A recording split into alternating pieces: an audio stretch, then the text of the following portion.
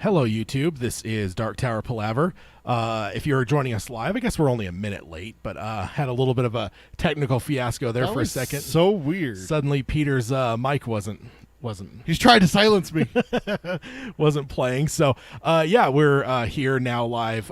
So, first intros. This is our podcast on Stephen King's Dark Tower series, as well as Stephen King's wider universe. And we're basically we live stream our podcast. We've been doing that for a while. So that's what you're watching here. We also have some shorter content that we will hopefully have as things become available. But yeah, so my name is Tad. I'm Peter. And yeah, hello, Carol. Welcome. Sorry, we're all feeling frazzled here. Suddenly, yeah, when we're just about ready to start, we were testing audio, and suddenly we couldn't hear Peter. Yeah. I guess worse things could happen. You're a jerk. So hello, Mike. Welcome to the stream here. Yeah, we're here for a book club, part 17 of the Wastelands. So let's go ahead and hit the intro and get started real quick on the podcast side. The Dark Tower by Stephen King. The man in black fled across the desert, and the gunslinger followed. Go then. There are other worlds than these. Death, but not for you, gunslinger. It's time we had our own palaver, I think, and it's going to take a while. And yet, dauntless, the slug horn to my lips I set, and blew. Child Roland, to the Dark Tower came. We are content, one from many. Let the palaver begin.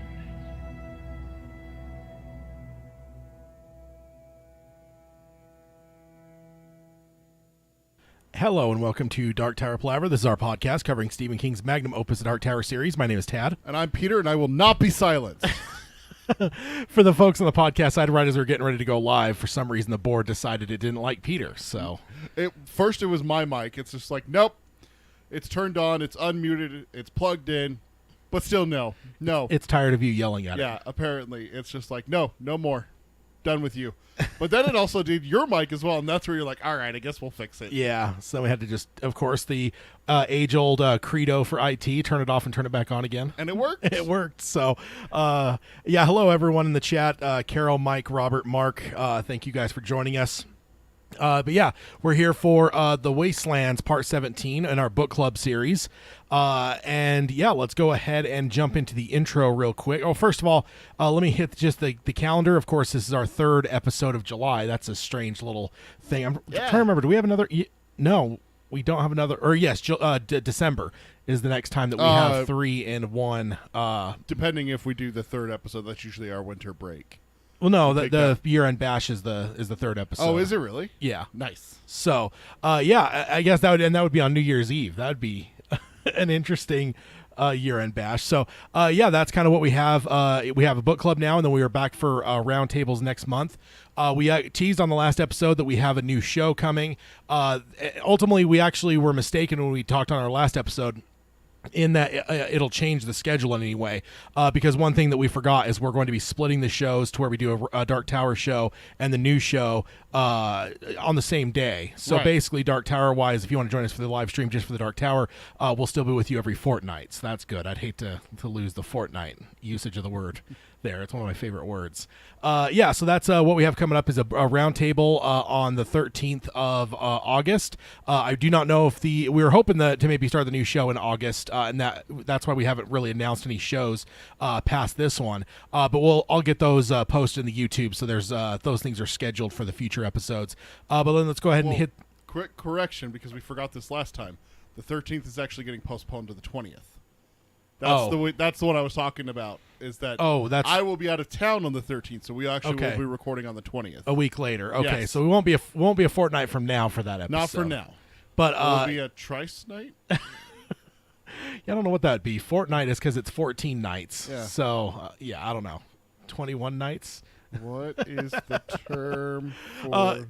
So yeah, that's what we have coming down the pike.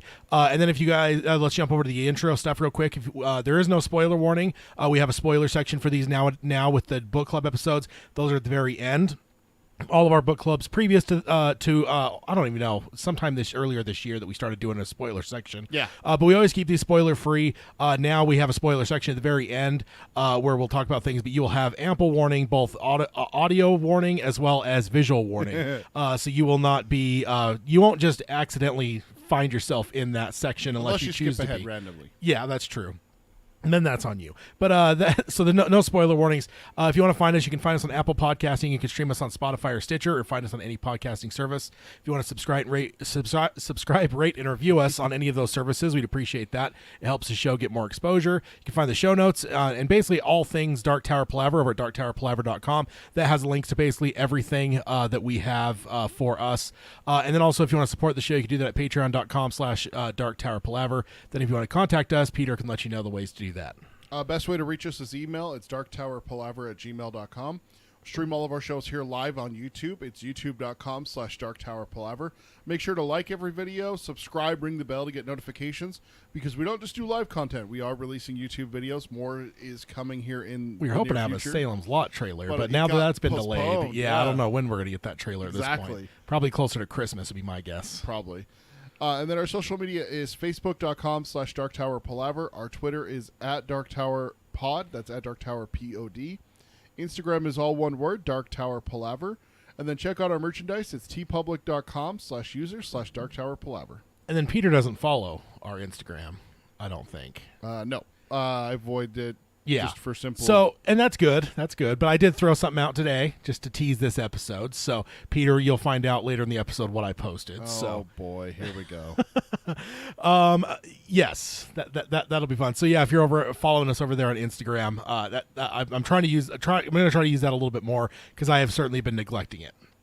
Okay, so that is our announcements, or our intro stuff.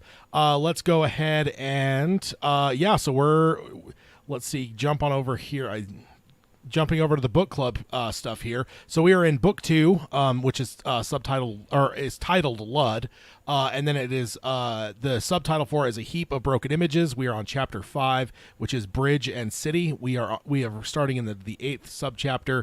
We ended on one of those I don't know, like serial cliffhangers that King likes to do, where it's just like, well, we will see type things. Then yeah. ... And then it goes on to the next section, which is where we're at now. Let's see. Let me get back to where we were in the books here. And then it's basically talking about the city and if they can avoid it. Jake says he doesn't know, and then we got him trying to say hell, cursing little Billy Bumbler. That's where we left off, and then we are jumping on in here to subchapter 18. Or subchapter 8, I'm sorry, 8, not 18. I thought I was going crazy. I'm like, wait a minute. Did I do the wrong subchapters? Wouldn't that be hilarious? Yeah, I did like 9. They're like, wait a minute, what? So let's go ahead and jump into subchapter 18. We got... 8. Or 8. You did it again. Yeah, what's with you and 18 today? I don't know. Well, it's because I want 19. You just want 19 Yes. is what it is? But yeah, subchapter 8. I'm sorry. So later they reach the Great Road, which is much wider with median dividers on both sides. And then the road begins to lower and the dividers raise on either side of them. They reach a point where the dividers are broken and they eat an unsatisfying meal, is what it says. Jake asks Eddie why the roads drop down like this, and Eddie lies and says he doesn't know. But in his mind, he figures that Roland sees the same thing. It was a defensive measure because anyone approaching the bridge, if they were unfriendly, could be ambushed on the road and would leave them basically in a kill box. So, and then Jake asks if he is sure that Eddie didn't know, and Eddie says it doubles down on his lie and says no. Doesn't know why it's set up that way. Yeah. But very interesting that I don't know. What I love here is are they lying to Jake because he's a kid, or do you think they're lying to him because they're still too close to the drawing?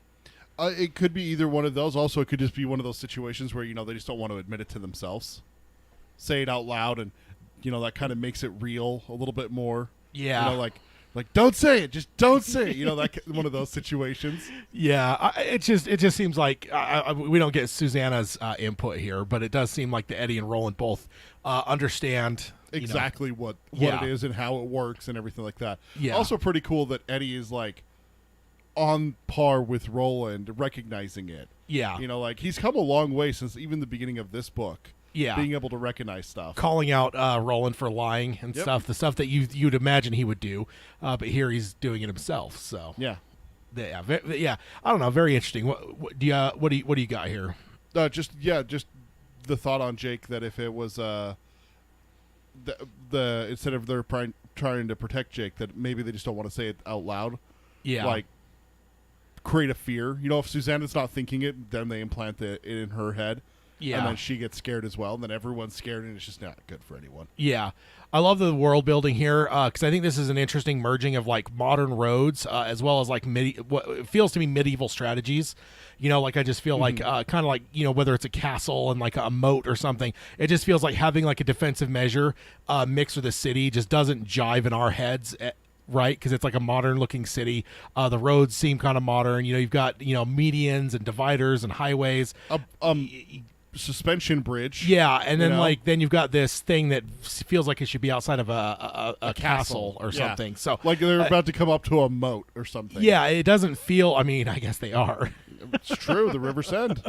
But yeah, no, I just feel like it's a really cool world building because it's like merging two things. And I think that's something that King's done well in this whole series so far is merging two different elements of different genres of different things into one thing. So then this just feels like another extension of that, where it's like right outside of a city that looks like New York City, but they're basically built up, you know, kill boxes to stop people from getting to their city. Right, and the thing is that you can easily dismiss it and be like, oh, well, it's just something someone built after. Well, it's like, no, wait a minute.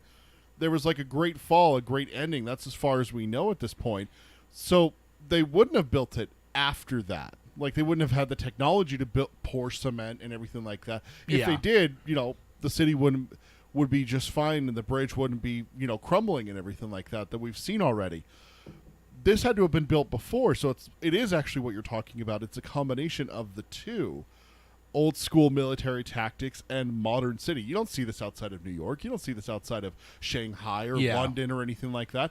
But if you go look at London, like old Paris, you can see some of that stuff. You can see some of this like siege fortifications and stuff like that back in old Europe. But modern London, you don't see it there. Yeah. You know, old school like palaces and castles, yes. Like you were saying, castles, yes. Downtown London, like on the street where people walk every day now, no, you don't see this stuff.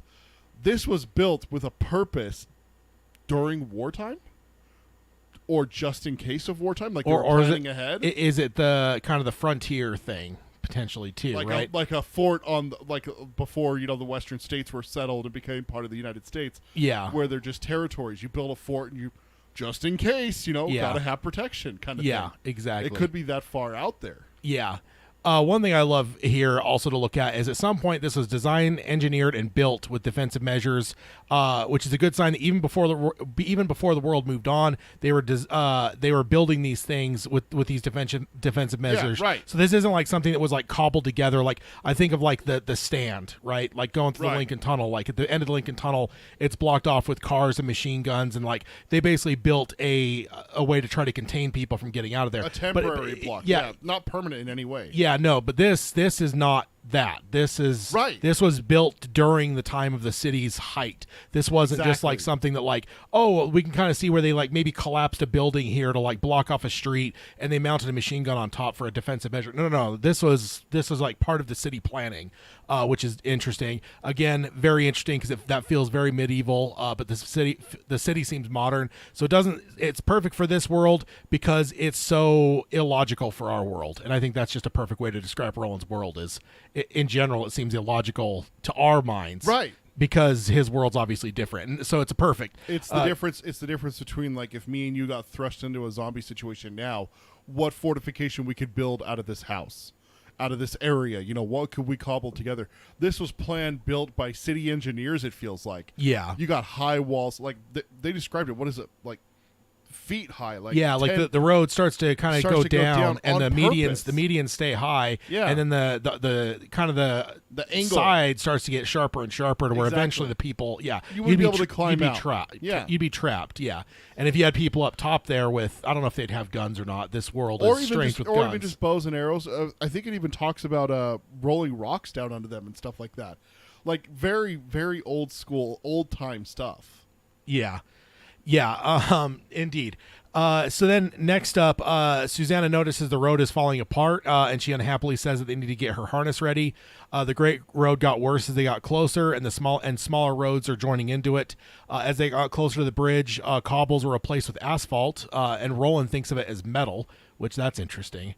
Because it says the surface changes, and it says Roland would call it metal, and it says the rest of them would call it asphalt or blacktop or something as the phrase is. So it's like interesting, very strange that Roland would call it metal.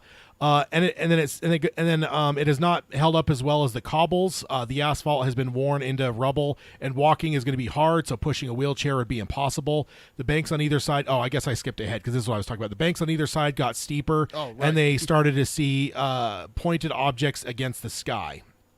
And then I want to read this part actually verbatim. It says, Roland thought of arrowheads, huge ones, weapons made by a tribe of giants. To his companions, they look like rockets or guided missiles. Susannah thought of redstone fired from Cape Canaveral. Eddie thought about SAMs, which surface-to-air missiles, what that stands for. Some built to be fired from the backs of flatbed trucks stored all over Europe. Jake thought of ICBMs, intercontinental ballistic missiles, hiding in the reinforced concrete silos under the plains of Kansas and the unpopulated mountains of Nevada, programmed to hit back at China or the USSR in the event of nuclear Armageddon. So I just love that. I just thought it was a really cool way that King kind of spells all that out. And so on my note here, it says, again, when I first read this, I was just a loss for how they were going to handle Susannah's wheelchair in a world like this, and this just brought that back to mind even more. We get to a modern city, and it's not going to work even here because of the decay of the city. So it just, again, I'm just kind of, the first time reading, I'm just kind of like, dude, what the hell? How is this, this has to be resolved in some way. There's no way this is actually going to continue to work, because you would think if you're approaching a city, which up to this point we've been seeing, it's very big, it's very modern looking, looks like New York City to all the New Yorkers. Cool. If there's one place that it should be easy for Susannah in a wheelchair, it should be this place, right? But now sidewalks, streets, right? Exactly. Like that's what you're expecting. Exactly. But even here, we're seeing that the streets are made from what we would call asphalt or hot top. I looked it up. That's what it says, is asphalt or hot top. Okay, we call it blacktop. We call it blacktop here in Utah. And you would just expect that, but we both know that doesn't hold up well in the elements. Between our extreme heat and our extreme cold here in the desert, that doesn't hold up well. Yeah. Much less if you add in the major humidity of having a major river run past it. So that makes sense why it's falling apart. But yeah, I understand your frustration. I felt the same way. Just like, God, man, can someone give her robot legs already? Like, I just want her to be able to walk. Yeah, indeed. And then Carol says, even at the height of civilization, everyone still lives in is still living in fear of outsiders, which that's definitely true. Yeah. In this, I guess that is really true. I guess we can't just push that off to just being medieval because it does carry over everywhere. But this definitely feels pretty crazy, like basically creating a kill box for people to fall into. Also, I love that King is showing us each character's thoughts of what these things lining the roads are, because it paints both a picture of what they look like, because I think after reading that section, I think all of us have a pretty good visual of probably what those things look like. But it also reminds us that all three of these that are from our world are from wholly different time periods with wholly different experiences, right? Yeah, Jake and Susannah don't know what SAMs are. Missiles weren't a thing then. ICBMs, like Susannah, I don't even know if they would have been around then at that time. If they were, they were late 60s, right? Yeah, as I'll say, if they were even around in those times, it probably would have been classified information. So, and just, I don't think that either of the other two would have necessarily thought of Cape Canaveral like Susanna, but that was the cutting edge at her time. So space travel was so huge in the 60s. The push for landing on the moon by the end of the decade was Kennedy's thing. So and Kennedy had just been assassinated just 13 months before is what 4 months before. Yeah. So fresh in everyone's mind, his promise that we're going to get to the moon and everything by like the end of 1960s and everything with Russia. Yeah. So I just love that that because I just think it's a cool way for King to remind us. Not only to describe this setting, but also to remind us that, hey, just because all these 3 are from New York, they're not from the same time period. That's just an interesting way to do it. Another interesting thing to think about is how people in the future might understand or not understand these subtle differences between the perception of these 3 characters. The difference in these eras is stark to those that are either in that era, which are people a little bit older than us, or even people that are around the era, which fall into our area. Like I think we're kind of familiar with it. But from a historical perspective, when you look at it from the larger view of history, there's really not that much difference between the 60s, 70s, and 80s, 1960s, 70s, and 80s, right? Mm-hmm. Like there's stuff that was happening there, but like I feel like if somebody's looking at our history from 200 years from now, do you think that they're going to see the same distinction between those 3 decades as we do? I don't. It's Tad, tell me the difference between 1810, 1820s, and 1830s. Yeah, exactly. There was massive changes there for the people living in that time. But when you get 150 years or 200 years removed from that, all of a sudden it just becomes, well, it was the 1900s. It was no big deal. It was 3 decades and not much happened there. There was some wars and there were some advancements, but nothing really like huge, or maybe they might notate like 1 or 2, like if like the railways improved, or if they changed, from coal to steam, and just different things like that, which would be the notes is we started the age of where the microwave became prevalent and stuff like that, and television boomed, and things, small things, but it's not going to be like earth shattering like flight in the early 1900s and stuff like that. And then the last part of my note here says, hell, even a 15-year-old reading this series for the first time today, do you think they're going to perceive the difference between these 3 decades? I mean, because I've been seeing a lot of stuff now where like these young kids talk to their parents. Like I remember my niece, she's 15 now, but I remember like 5-6 years ago, she was like, "You guys are born in the 1900s," and like, to her that's.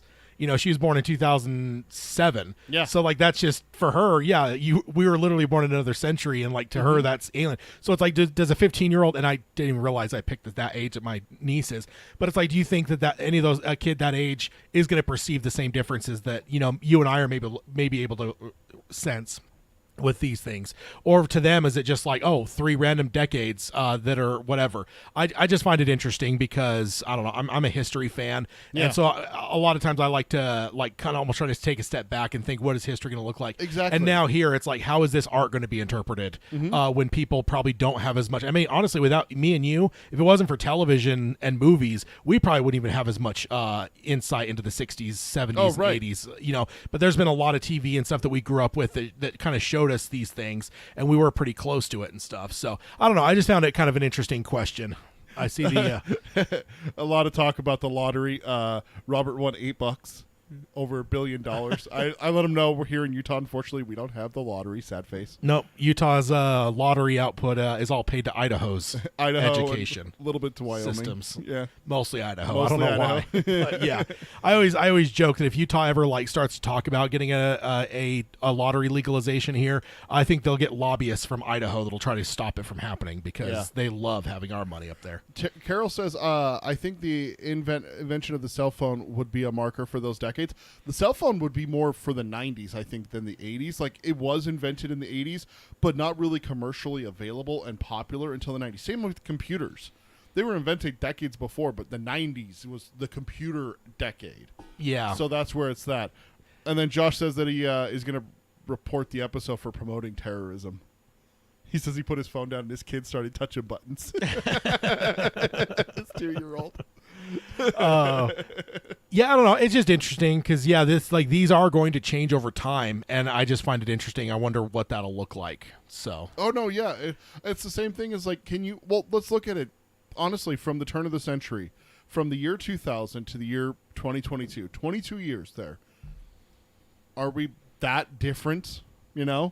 I'm going back and watching some old stuff from 2003, like live television and everything like that. And it's just, it doesn't seem that different to me. Like, there are some things that I laugh at. Like, I saw a shot of someone using a computer, and I'm just like, wow, that's what the internet looked like back then? Like, oh, wow, that's crazy. But like you said, take that in the context 150 years from now, 200 years from now, 1,000 years from now. Yeah. It's going to look the exact same as it does now that it did in 2000. Yeah, when somebody's reading Stephen King, like people read Mary Shelley now, or Bram Stoker, like that far distance, I just wonder how these things will be perceived or not. Or if some of these things that are interesting to us might just fly over people's heads entirely. So, I don't know, just kind of a fun little thought. Oh, yeah.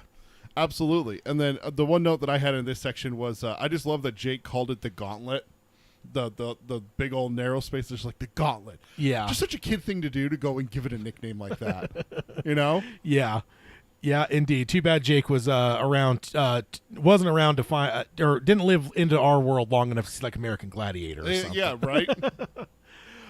So the next section here, the embankments end in a place where a dozen roads come together like a spider web, and they see more modern traffic lights, like with four like lenses with different colored lights. Susanna remarks how this road is possibly the eighth wonder of the world at one time, and look at it now. Roland remarks that sometimes old ways are the best, because obviously, I guess I did forget to mention that all of this is dilapidated. It's all pretty run down and stuff. So Susanna's why we had to get the harness out, because the wheelchair won't even work on it. Yeah. So my note here, though, is I love that Roland is so unshakingly dedicated to the older things. At first blush, you might just think, oh, yeah, he's a cowboy. Of course he would be. But really, when you think about it, he was around before the world moved on. So he would have likely been around things that were more advanced than cowboys as we understand them.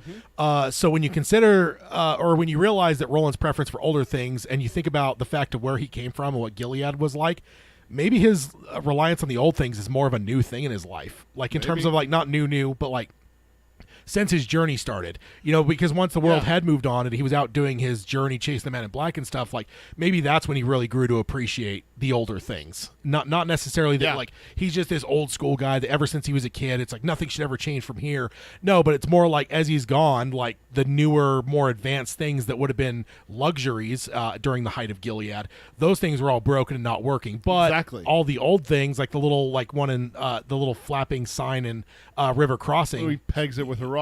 Yeah, exactly. That still works, but these lights that look like the ones we would see, those don't work. So it just, at first, like I said, at first blush, it's just like, oh yeah, Roland, of course, you're a cowboy. But yeah, the more you think about it, you're like, no, he probably had to learn that reliance on older things. It would be like if this world, if we were just transported to a world where it's, this world, but after a nuclear Armageddon and everything like that, the stuff that was built and well made and handcrafted is going to work better than the stuff coming off of an assembly line where it's cutting costs and everything like that. That's happened over the last 50 years of production. Yeah. So like if Roland had a Zippo from the old from Gilead, at some point, it's going to run out of fuel, or it's going to the striker is going to wear out, and he won't have anything to change it out. So then he's going to go back to a flint and think, just like he's been showing these guys. Exactly. And so then he's going to realize, like, oh yeah, no, these older ways are better. Like, absolutely. So I just love that, because it's kind of a realization while reading this that dawned on me. It's a small little note here, but it did kind of like one of those things you can extrapolate out, where it's just like, yeah, Roland, he isn't just a traditional cowboy. He isn't like Wyatt Earp that like only knew the old ways and suddenly got transported in his world that was like had all this newfangled stuff. No, he knew that shit. It's also been a long time since that stuff was new. Yeah, like you were talking about, it's broken. And he covers that in the first book. Yeah, talking about like the gas pump, the hose had like deteriorated and stuff like that. Yeah, that takes a long time for rubber to deteriorate. Like, let's be honest. And so it just gives you kind of an idea of, oh, that's how long. But you look at the stuff that's lasted: horses, saddles, revolvers, stuff that is taken care of and a little bit older. Yeah, indeed. So now the embankments / barriers are gone, and they can see more. And Eddie points out a monorail track on an elevated platform. It was the only thing that they could see that seemed without rust, but it was marred. In the distance, they see a section where the trestle had fallen into the river, and they also see the remains of a blue train. Eddie says so much for Blaine, but Susanna says the folks at River Crossing mentioned that there were 2 trains. And then, of course, Eddie points out that they hadn't heard him in at least a decade, so seems like Eddie's being kind of a negative Nelly here. He wants to just be like, oh yeah, it's over. The train's not there. They ask Jake, who is transfixed on the remains of the train, and he only shrugs. And Eddie says that he's a big help with valuable input, and that's why they all love him, which just cracks me up. Jake thinks to himself that the train in the river was not Blaine, because Blaine in his dream was pink. Roland tells Eddie to get Susanna into the harness while Jake looks at the bridge ahead and asks if it will be safe to cross, and Roland says that they will find out tomorrow. So that's the end of the subchapter here. So my notes here, sorry I'm missing the chat too, just chime in at some point if you need to catch us up on the chat. Carol said things are definitely made to break these days. Capitalism at its finest. The older stuff is made to last. Absolutely. Yeah. Like there's a fridge in the very basement of this house that was from the 1950s, and it every bit looks like a fridge from the 1950s. And that is Indiana Jones inside it. And that thing still works. Yeah. And the ups and like the main floor where the real fridge is for this house, I think I'm on the 4th fridge in like 10 or 15 years. So yeah, you're hard on fridges, aren't you? That does speak to that a little bit. Yeah, because I think ultimately that's a lot of the companies realize, oh shit, if we make something to last forever, nobody will ever buy another thing of ours again. Who's going to buy stuff from us then? I mean, we got to have them rebuying. Yeah. Okay, anything else we missed in the chat here before I jump into my notes? We're good. Okay, so this is the first time that we've seen any real monorail tracks. Not that we have doubted it, but there is something a bit unsettling in finally seeing them. I mean, of course, most of our covers have a pretty mean-looking train on it, so we knew a train had to come into it. But Jake's dream, as well as Jake's dream and feelings, you almost hope that the train doesn't exist anymore. Like, I guess Eddie, I don't think Eddie's trying to say, like, trying to, like, brush off the train because he's afraid or whatever. Yeah. He's just saying, like, oh shit, it's I just feel like Eddie's being kind of negative. Yeah. But like for us as readers, I'm just like, I don't want it either. And so that I see the monorail track finally, it's just like, oh no. Uh-oh. it is there. Yeah. Because King's built it up for us enough now. Quite a bit. Whether we're looking at those happy looking trains there that we have on the screen right now, or Jake's dreams, as well as Jake's final essay too. Blaine is a pain. So exactly. Yeah, definitely not something we're looking forward to. At least me, when I was reading it the first time, I was just like, there was like a half and half for me. There's part of me that's like, a train would be nice because you could move a lot quicker and we can get to the tower in the next book maybe. Yeah.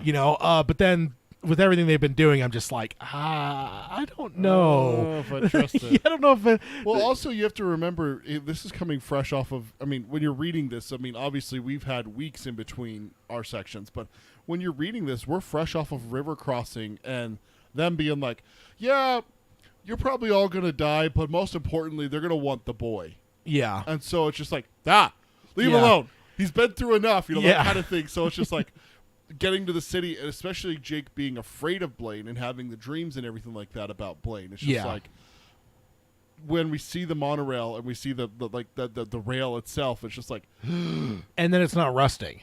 It's not like busted up and there's some issues with it, but it's not like dilapidated like the street is. Yeah, exactly. It's not falling apart or anything. Yeah. So that's definitely sinister. So we also saw Jake's dream, so pink is in our minds as well. So to see the quote-unquote dead train in the river that is blue does little to comfort us because, like Jake, we know full well that Blaine is going to be pink, right? Like, is there any doubt as first-time readers that, when Jake had that dream, is there any doubt that that's not what we're going to actually see when we get there as a pink train? So I don't think that gives us any hope to see that train down there in the river. But yeah, I don't know. For them, I guess it's a mystery for them. But for us, also, can I just note real fast that I just realized that in our document when we're taking notes, you're pink and I'm blue. Are you saying you're going to kill me? I don't know what you're talking about. What?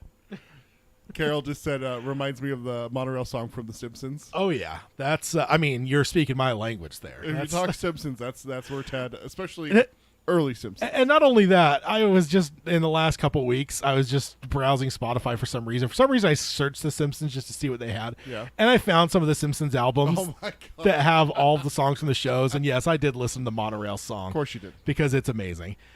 Good Conan O'Brien episode too. Yeah. And then my last note here, because of the way that King has let time pass in this chapter, dating back to the last few episodes, for Roland to say that we will find out if it is safe tomorrow is a great way for him to let us as readers know that we're going to be getting to that bridge very soon. Yeah. Because over the course of this chapter, we're in the 8th subchapter of this chapter, so 7 subchapters up to this point, we've jumped ahead at least a month or so, because it was just like days later, and then like a few weeks later, and like he just keeps like throwing like little tiny sentences out that's like advancing time, and the bridge is getting closer, but it's like one of those things that the city and stuff's so big that as they're moving, like it's taking a long time because it's a long ways in the distance. It's just big, so it looks close, but when you start to move and you realize it's not getting whatever, it's like, oh shit, that's a long ways away. I'm sure people have done that on the road too, driving, even going like 80 miles an hour down the road. Yeah, you're looking like, oh, there's the city. Yeah, we're gonna be there. I did this when I went to Vegas. Yeah, you come down and then you could see Vegas. And you're like, sweet, we're gonna be there in 15 minutes. A half hour later, not really. It looks the exact same. Yeah. Like, what the and hell? That's actually, when you mentioned that, it's the first thing I thought of too, was Vegas. When I was a kid, the first time I ever went to Vegas, my parents set it up in a way and took the drive at a time that we would basically arrive when it was night. Yep. So you could see Vegas in all of its glory. Which is how you should arrive in Vegas. Exactly. For anybody's first time. If you're ever going to go, because nope. Yeah, Vegas is bad. Randyland. No, but I just remember that, especially because the light just made it even that much more. Because like you could like see it in the distance. It's like this ominous glow on the horizon. You're over the mountains, because you have like a little mountain range that's kind of in the way, just like little hills, and you just see the glow.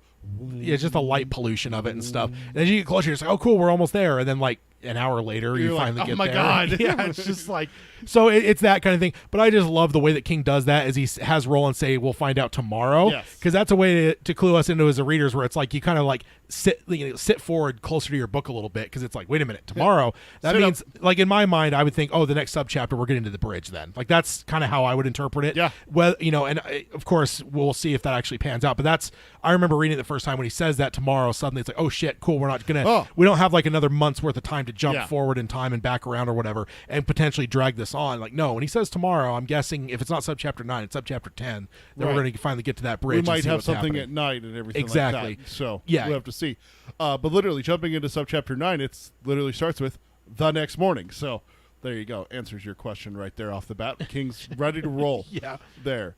And so the content reached the bridge, and there are large gaps in the deck, the floor of the bridge, large enough to drop a big truck through. And I like the way that King puts it, is large enough to drop a truck, a very large truck, a big trucks into.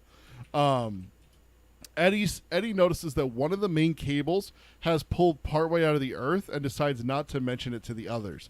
I found this interesting for Eddie to be the one hiding something.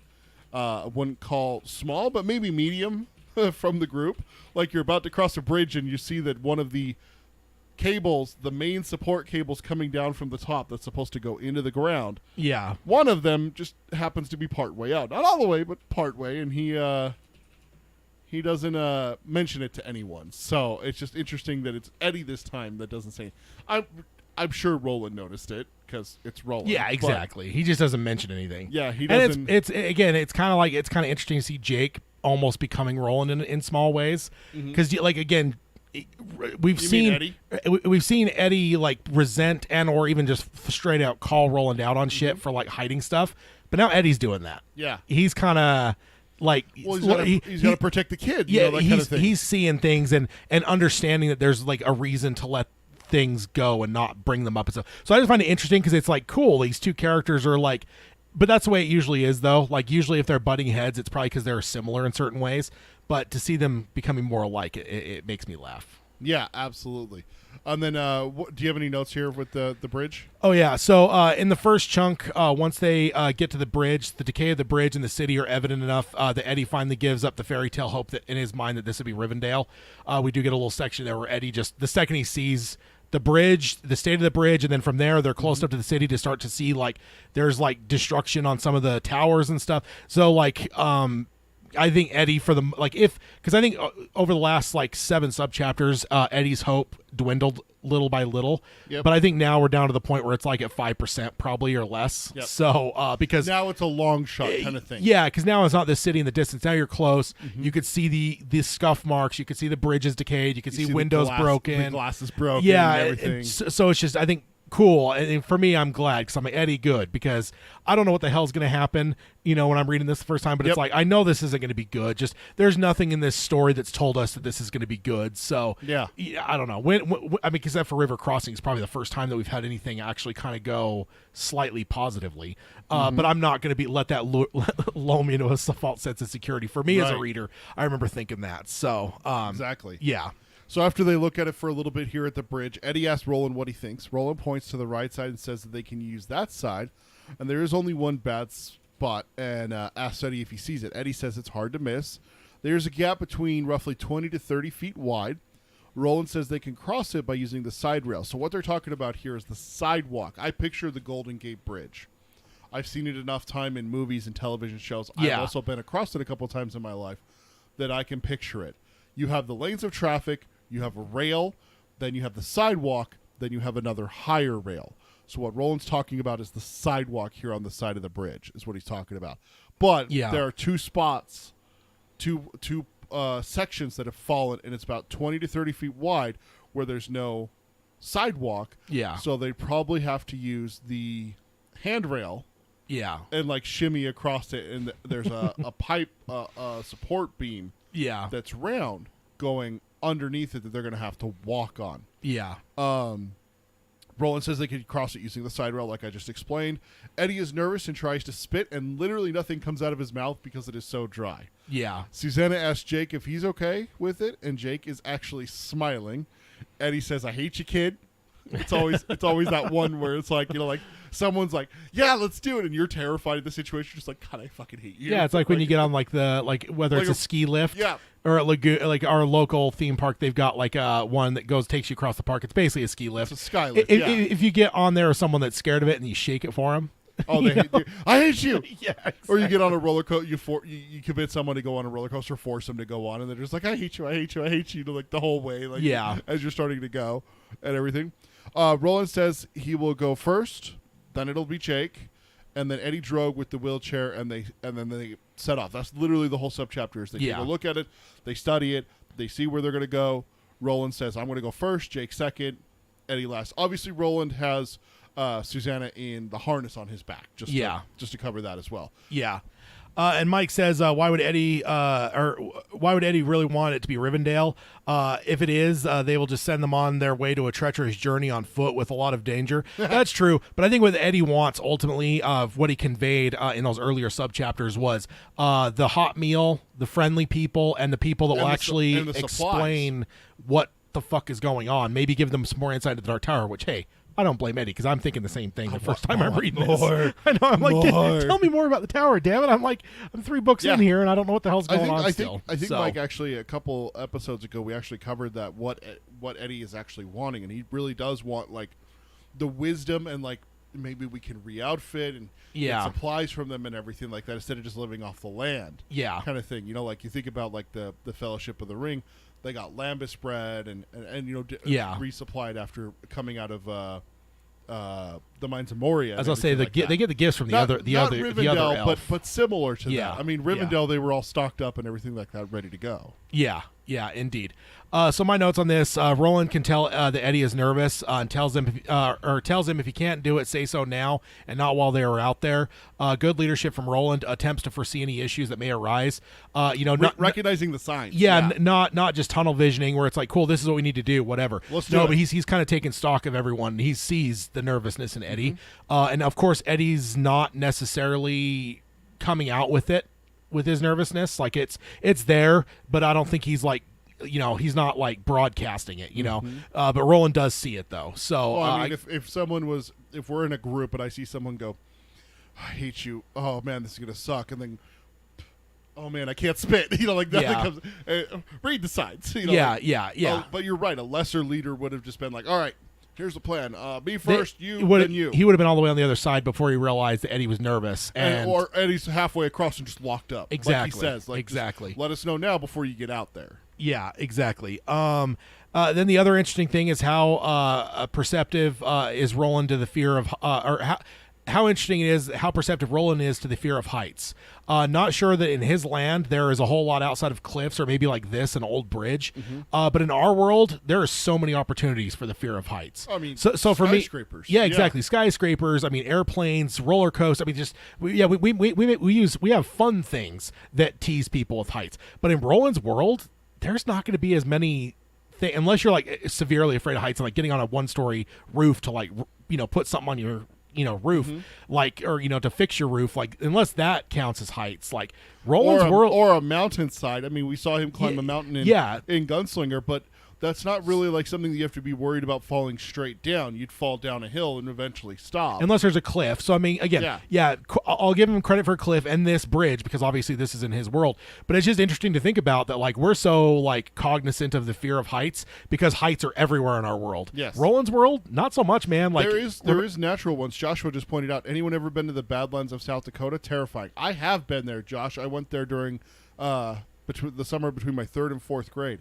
And it's a natural formation of cliffs where it's just one cliff after the other. That's why it's called the Badlands, is because a lot of people will have died throughout the years around there, falling off and slipping off. I was not allowed to get close to the edge. My parents knew I was a daredevil. But before even leaving for the summer vacation, my 3rd grade teacher told my mom, because we were heading to Mount Rushmore, she told my mom, don't turn your back on that boy. Otherwise, you'll turn around and he'll be halfway up the mountain. So... No, my mom had like a death grip on my back, back of my shirt, to not let me get close to the edge. Otherwise, I would have been like right out there looking over the edge, probably trying to spit over the edge.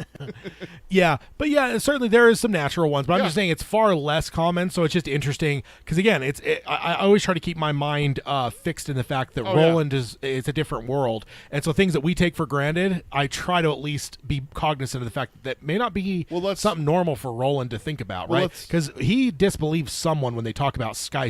Yeah. Was it Jake in book 1 when Jake talks about like towers that go up into the sky and Roland's just like, this kid's lying, like there's and then he sees them in book 2 when he goes through New York. Yeah, he does finally see them, but it's like, so his world his world is not a one, even when at the height of things, I don't think they had skyscrapers and Gilead type things. So but yeah, to further your point, let's just think back to the 2.5 books. I mean, we're 67%, I think is what I saw before we started. We're 68% at right where we're at right now, about to start subchapter 10, according to Kindle. So 2.5 books. Have we seen anything taller than 3 stories in Roland's world? Yes, the part where it's in New York has skyscrapers. We know that. Yeah. In Roland's world, you have the buildings in Tull, you have the buildings at River Crossing, and now Lud. Aside from Lud, what's the tallest? 2-3 stories? I mean, the thing is, we never got a good description of Gilead, but because of the way that Roland reacted to these things, again, I think Gilead probably had some height to it, but it probably would have been more like castle-ish is how I visualize Gilead personally. But I don't think that you're going to have like a giant ass, like what does a castle have? Like maybe what would be equivalent of a 4 or 5 story like outer wall or something maybe. And but then you don't see Roland going up there. That's where the guards go, not the boy. Yeah, well, the inhabitants, how kids are. He probably scurried all over this. But no, it is just interesting because there's just not going to be as much in his world because not 20 stories tall. Exactly. Exactly. So, let's see. Carol mentions the Grand Canyon. There are no safety rails. If you fall, you fall. Yeah. I need to go to I've never been to the Grand Canyon. As close as that is to us, I've never been. I think I've been once. I've been to the 2 Utah ones, Bryce and Zions, but I've never been down to the Grand Canyon in Arizona. So. Yeah. All right. So that is that. Let's go ahead and jump over to subchapter 10. That is subchapter 9. So subchapter 10. As soon as they got on the bridge, fear filled Eddie. Eddie's, quote, hollow places like cold water, end quote. And he began to wonder if he had made a mistake. He thinks that from the solid ground, the bridge didn't seem to be swaying that much. But now that they were on it, he felt like he was on the pendulum on a giant clock. The walkway was cracked and canted 10 degrees to the left, and the sound of grinding was constant. let me read the last bit of this, and I got another note that I didn't think about writing down. And then a direct quote from the book: "Beyond the bridge, the city skyline tilted slowly back and forth like the artificial horizon of the world's slowest moving video game." So the 10-degree list. So that's not a lot, 10 degrees. But I just was reading some naval World War II history recently, and one thing they talked about a lot was ships that got damaged that would then have a list. list. And it's just like, how surreal is that when you're on, like, whether it's a giant battleship or a freaking bridge, to have that list? Because it's just so unnatural. We're so used to things being, I mean, if you're in nature, cool, like there's hills and stuff. Uneven but, ground. But like when it's when it's artificial, it should be square. And when it's not, there's just something very unsettling about right. it. So yeah, a 10-degree list like that kind of makes my stomach. And I'm a little butterfly. Yeah, in my stomach. and I'm not at all afraid of heights. But yeah, the list thing that would be I don't think tough. I don't think anyone's afraid of heights. They're afraid of the fall and what happens at the end of the fall. But I've never been that way. I remember I remember like going to Vegas my first time as a wee child, and the Stratosphere had just opened, and that's the one that looks like the Space Needle and stuff. And they have the glass is on an angle, so you can kind of look down. And I remember being a kid, and I was like leaning on the glass and stuff, and like my stepdad was losing his mind because he's terrified of heights. So I'm just not. But that, exactly. That's what I was talking about earlier with like the Badlands. Like I wanted to get up right up to the edge. My mom's like, nope, oh hell no. Yeah. Oh, and I also saw earlier, Josh said, I'm from Louisiana. We just have swamps. Anything hills and mountainous was alien to me. I know how much you like the whole swampy bayou vibe. Maybe gators down in the bayou. So one thing I wanted to mention, I'm trying to remember. Oh yeah, I have a note. I'll get to that in a second.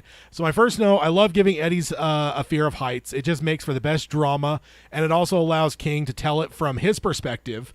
And I do have to say that I don't have a fear of heights, but with this paragraph, it definitely felt unsettling. Nowhere near scary, but it reminded me a little bit of the Lincoln Tunnel from The Stand. The way this whole section plays out with Eddie, it feels so much like Larry in the Lincoln Tunnel in terms of like maybe not the pure actual horror, but a different kind of horror. And like I was able to like empathetically feel what Eddie's talking about, or what he's feeling, and it's just very well written. So absolutely. Yeah, what do you got here? Oh, did you have your other note that you forgot to write down? Oh, I did already. The list. The list. Okay, gotcha. I love how it mentions that Eddie has an even harder time looking up than he does versus looking down. Yeah. Like looking up at the decaying wires and the stuff. Like he's like, that's even worse than looking down and seeing like the hundreds of feet that I'm going to fall if I slip. And I just picture gators down there. Maybe that's just the Indiana Jones part 2 that I'm thinking of with the bridge and those gators underneath there. Speaking of which... Gators. Josh saw some gators while we were fishing today, and he gives a smiley emoji there. No. This is Florida, though. Yeah, see, that's all just one big swamp. Like Louisiana, Alabama, Mississippi, Florida. That's just all one big swamp, and that's just a big note for me. You know. So I love the mention of video games, but one thing I find interesting, again, let's keep ourselves grounded in the reality. So an interesting look at the games that existed when King wrote this book. So I assume he didn't write this the year that it was published, 1991, so he's probably writing it in 1990. So let me just give you a slide here that shows you what video games looked like in 1991, or 1990. Games like Super Mario World, Final Fantasy 3, Mega Man 3, F-Zero, and Wing Commander, and I have those on the screen that you can see here. If you're on the podcast, or you won't be able to see, obviously, but on the YouTube side, you can see them on the screen now. So this is kind of when King writes that it kind of looks like the slowest moving video game. This is the video games that existed then, because like it's so easy to just be like, oh cool, yeah, Red Dead Redemption 2 or like whatever, but it's like no, this is written in like probably 89 or 90. So yeah, this is written almost over 30 years ago. Yeah, so it's again, it's one of those things that's so easy to just breeze by and go, oh yeah, like a video game, cool. But for me, again, I love stopping and just thinking, like, wait a minute, what does video games mean to him? And I looked it up, and these are the games that came out, and so you can kind of see those backgrounds. In some cases, they actually look kind of photorealistic, but in context, the rest of it doesn't. Other times, it just looks pure cartoony. But yeah, those are the video games up on the screen there. Let's see. Anything else? It looks like we're talking about some different Jake iterations here. Jake 2.0 is dropping down, a big drop. Jake 1.0 pushed in front of the car. Jake 2.0 dropped off the train trestle. And then there's a spoiler one, so I'm not going to go into the rest of that. Yeah. And then they're just saying, "Don't be named Jake." Yeah. If you're in Stephen King's world, don't be named Jake. Yeah. Yeah, indeed. Mike literally just said, "Yeah, don't be in Stephen King book at all." That's probably the safest. Okay, so next, the next part of this section here, it says the wind hummed over Eddie's head constantly, and the ground below the bridge fell away sharply. He was 30 feet up, then 60 feet, then 110 feet, and water would be below him soon.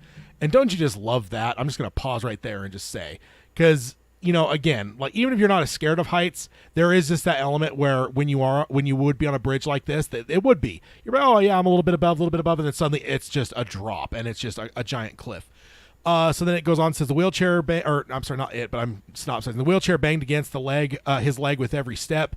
Oy brushed past his feet, looking up at him briefly as he went by. He grabbed the rail, barely holding in a scream. He then says, "Dumb fucking animal," through gritted teeth. He realizes as much as he hated looking down, he hated looking up at the dilapidated cables even more, which you mentioned, and because you could see the age and wear of the only thing keeping them from plummeting into the river. He reasons with himself that it's held up this long and it will hold up longer. It won't fall just because he's on it. But that brought no comfort, because they might be the first people to have crossed this in ages, and they couldn't be. Then they could be the straws that broke the camel's back. He inadvertently kicked a chunk of concrete and couldn't look away as the chunk fell down. Then there was a very small splash when it hit the river. Yeah.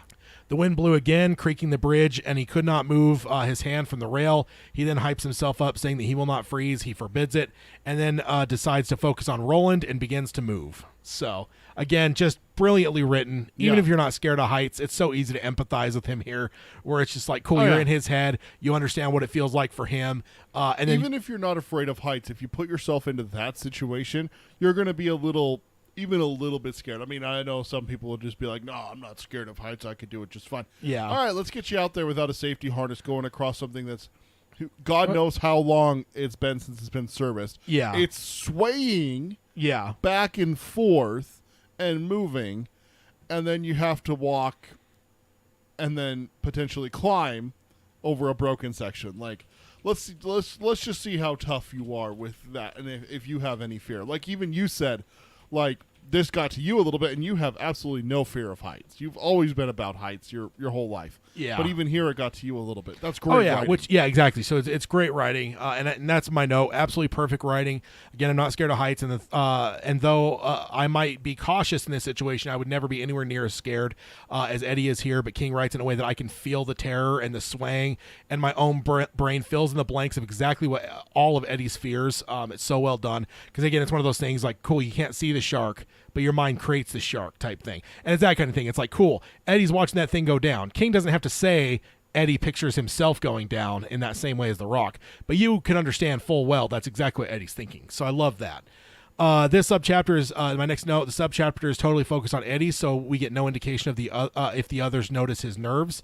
Then again, it's also good writing, because I don't think Eddie notices or cares how the others are perceiving him, which tells you something about his level of fear as well. Because so far we've seen that Eddie cares a lot about at least what Roland thinks about him, and what Henry thought of him. So I don't think it's a huge jump in logic to imagine Eddie kind of cares what people think about him. Right. So the fact that he's in a level now that he's in such a level of fear that he absolutely doesn't even perceive how the others are perceiving him, it tells you a lot about him. Because it's so much fear that it's basically pushing his own nature out the window. Yep. And that takes a lot, you know. Yeah, and then even like the section where you were summarizing and everything, it talks about like he says he's not going to freeze, and he forbids it, exactly like you're talking about and everything. So it's just like, no, I'm going to force it. I'm going to figure out a way to get through this, even if my nature has to go out the window. And how I normally act, fuck it, let's just do it. Yeah. Any way possible here. Yeah, exactly. But I just love that King doesn't just like slide in something where it's like, well, you know, that Eddie noticed like Roland glancing over his shoulder, because it's like, you got to imagine Roland's probably glancing back, right? Roland's the leader. He's going to be kind of keeping an eye on everyone. But the fact is that Eddie doesn't even realize, maybe he doesn't even notice it, because he's so locked in on his fear that he doesn't realize that, you know, whatever. So again, for Eddie, and I'm not saying this to be negative on him, but Eddie does care what others think of him. So the fact that he's not even perceiving that tells you a lot about where poor old Eddie's at here right now. Yeah. Like, I just picture him like a cartoon character. Like when you see the cartoon characters, they're scared and they're just like their whole body's shaking, and like, you know, they're all like stiff and they can't move. And so I just picture that with him. Like it's very cartoony, but like, yeah, he's in a bad way. It seems like it is close to that though. Like he's talking about not freezing up and everything like that. So yeah, and then one other thing before you jump into subchapter 11, what I do find interesting is how this whole section reads. Is subchapter 10 is all Eddie's perspective, and then 11 jumps to Roland and his perspective. Yep. So we're kind of back to that old book 2 thing where subchapters are changing perspectives, because again I think King did it brilliantly to write this whole thing from Eddie's perspective. Now we're going to jump to 11 and see what Roland, how he's perceiving all this. Exactly.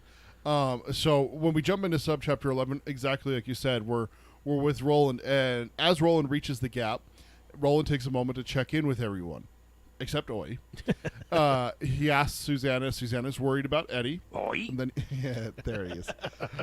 Then Roland asks Jake, and the kid is still grinning, and Roland sees there won't be any issues with him. Jake gives him a great big old thumbs up, and Roland gives him one right back and smiles at him. Yeah. Eddie says not to worry about it. Roland notices Eddie that isn't really looking at him, more past him to the windowless brick buildings on the far side of the bank. And Roland says, given his fear of heights, is probably thinks I should say, not says. Yeah. Given his fear of heights, is probably the best thing he could do to keep his head and not lose his mind and everything like that, which is really smart for Roland not to probe and prod, because people do that.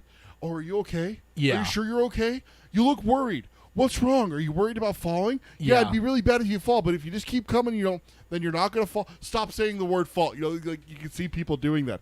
Roland's way of doing it. You all right? Yep, we're good. Oh, he's not really looking at me. Oh, he's just focusing. Okay, yeah, let's keep moving. He's willing to, that leadership thing we were talking about. He's assessing everything. Yeah. And then acting out how he needs to, instead of trying to over correct and try to manage it himself. Yeah. And it goes even further here. Roland tells Susanna that he wants her to sit easy, no quick movements. She says she's fine, and then expresses her worry again about Eddie. And Roland responds and says, this is a direct quote from the book. Roland says, Eddie's a gunslinger now. He'll behave like one. So it just shows you, like, Roland's like, hey, he's got this. Yeah. Even saying it to another member of the quartet, even if it is Susanna who's on his back and everything like that, he's like, hey, don't worry about my boy. He's got this. That would make me a little bit nervous on Roland's side.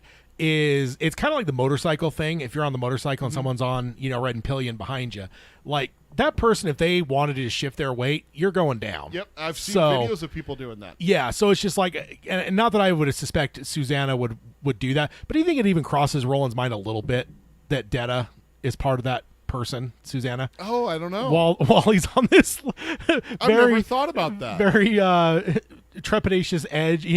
They're on this a very dangerous predicament to have her on your back. Yeah. That'd be a very bad time for her to suddenly be like, all right, honky muff, revenge. Yeah. And see, if I were Susanna, I would have actually done a Detta voice just to scare the shit out of Roland. Oh, that's messed up.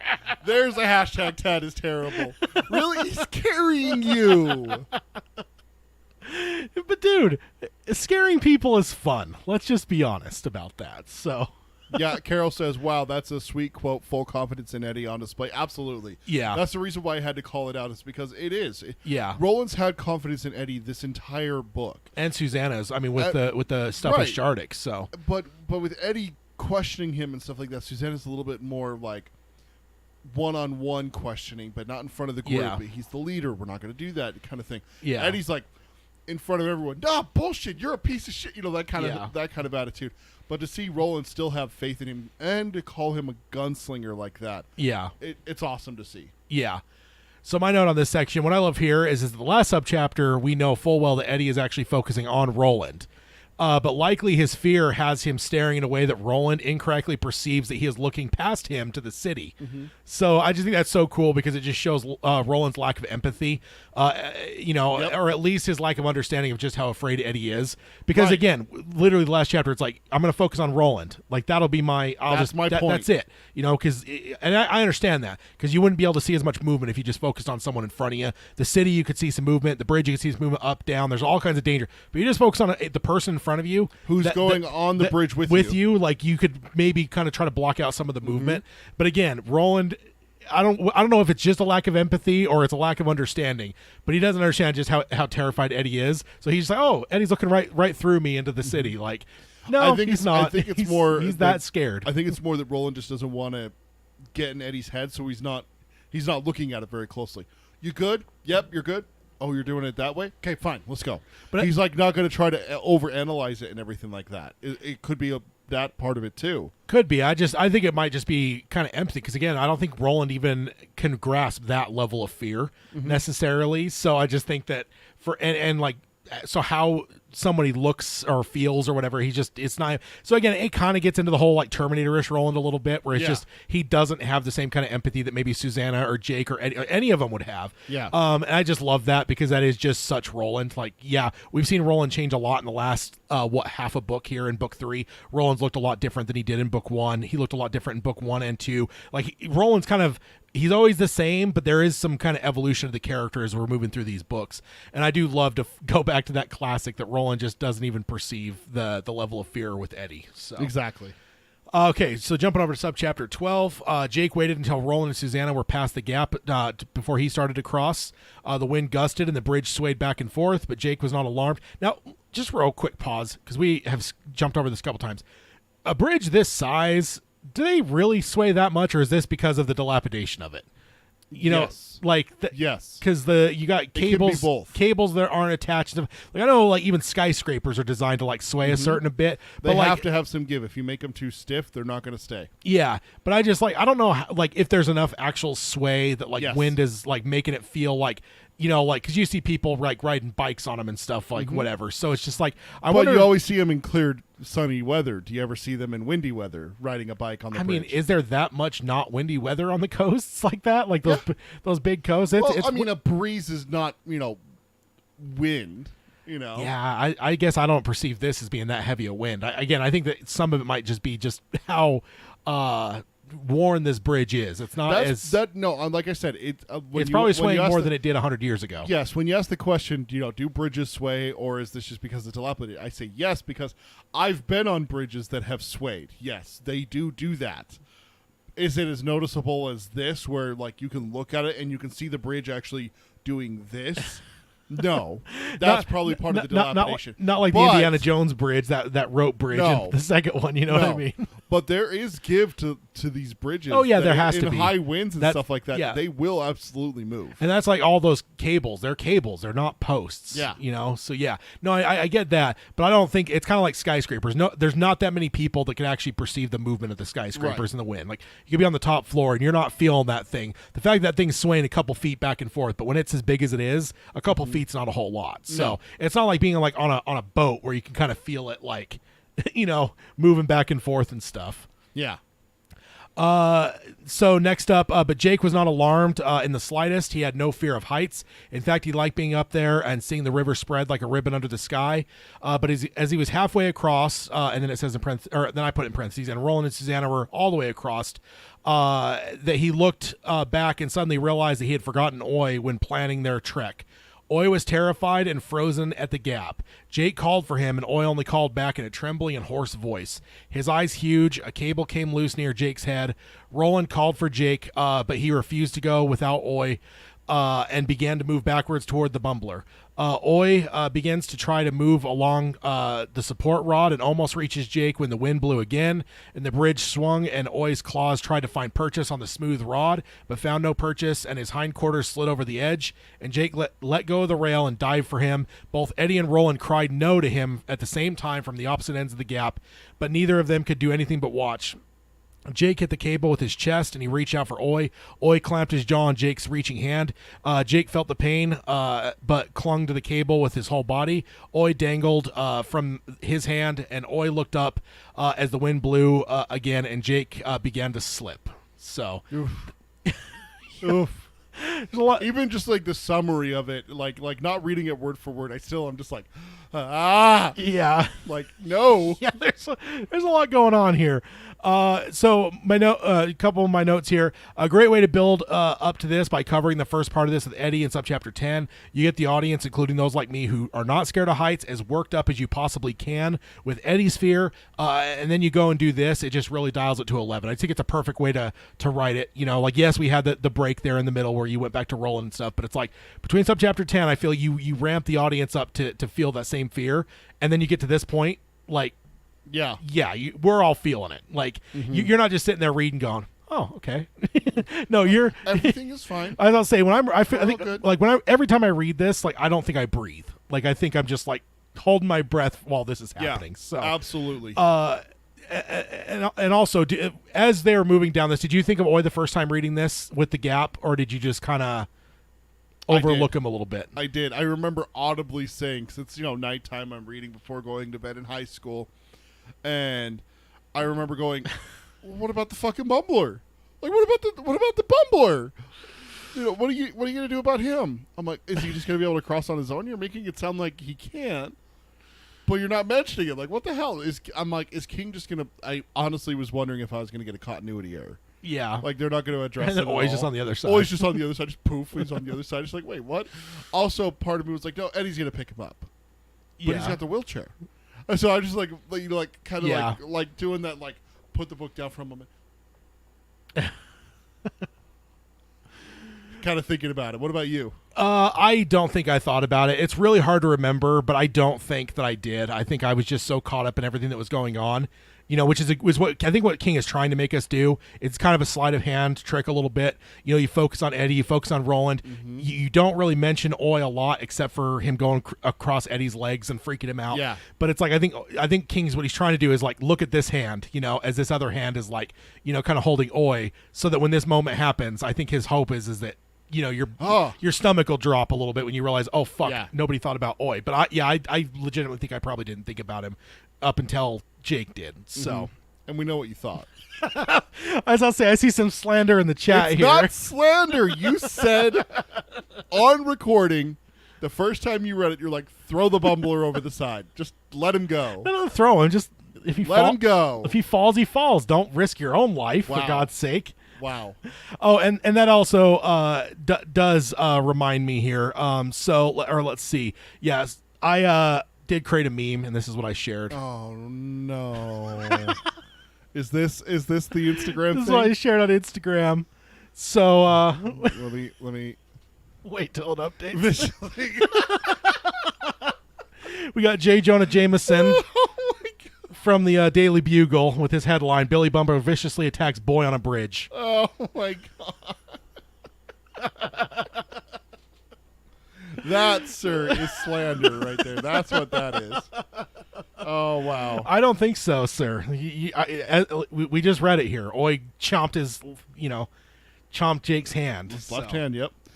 Josh says, Peter is right. I've heard Tad say it more than once that he was glad Oy was falling. No, that is absolute slander. That's the Peter, spin on this. No, I just said don't risk yourself. Don't risk the contents over this animal. Again, it was also King too. This is exactly the kind of thing King would do. Is just get this animal. He's there. He's been here for what couple chapters. Not that long. Yeah. And this just the point that he drops. It just adds another thing to shit on Jake a little bit. Yep. So kind of what I expected. So there was part of me that's just like, don't fucking throw yourself off the damn thing trying to save this thing. Like, good lord, kid. Carol says Jake refuses to let someone, Oy, in his care fall. Sick, burn, deep cut on Jake and Roland's history. Yeah. That's Roland did let Jake fall a little bit there in book one. And Oy is just a bumbler, Roland let a boy fall. Yeah. No, that's true. That is a good parallel there. I never thought about that before, but yeah. Good call. So we're jumping into subchapter 13. Do you have anything else for subchapter 12? I guess I do have one other slide. I don't like that you're smiling. What now? I found a colorized picture of this scene here. Oh. Really? Ace Ventura, When Nature Calls It, the raccoon doing the cliffhanger parody. Dude, how often has King said raccoon like when it comes to Oy already? Mm-hmm. So every time I read this, dude, I think of this scene. So I had to create this with a little subtitle there. This is colorized Jake and Oy on the bridge. Wow. Wow. I'm going to do it for the second time, and it's earned for this one. Hashtag Ted is terrible. Wow. David says in the chat, Jake should have bit Roland. And you see Jake, just chomps onto his hand. Oh, but then he wouldn't have got one of the best lines in the book, though. That's true. Let's be honest. Yeah, Jake. Should have just locked onto Roland's hand. You're not going anywhere. I just lockjawed it. I'm not going to leave your fingers for the lobstrosities. I'm taking a motherfucker. He takes the other hand's fingers. If I'm going, they're coming with me. Yeah. By the time Roland gets through the lobstrosities, yeah. Jake's taking some. The Robstras's taking others. He can't use guns anymore. He's shooting with his toes. All right, subchapter 13. Yes, indeed. Instantly, Eddie's fear leaves him. In its place, a strange yet welcome coldness sinks in. He drops the wheelchair and races out along the support cable, not even using the handrail. Jake is hanging head down over the gap with Oi swinging at the end of his left hand, and his right hand is slipping. Eddie opens his legs and sits down, smashing his undefended balls on the support cable.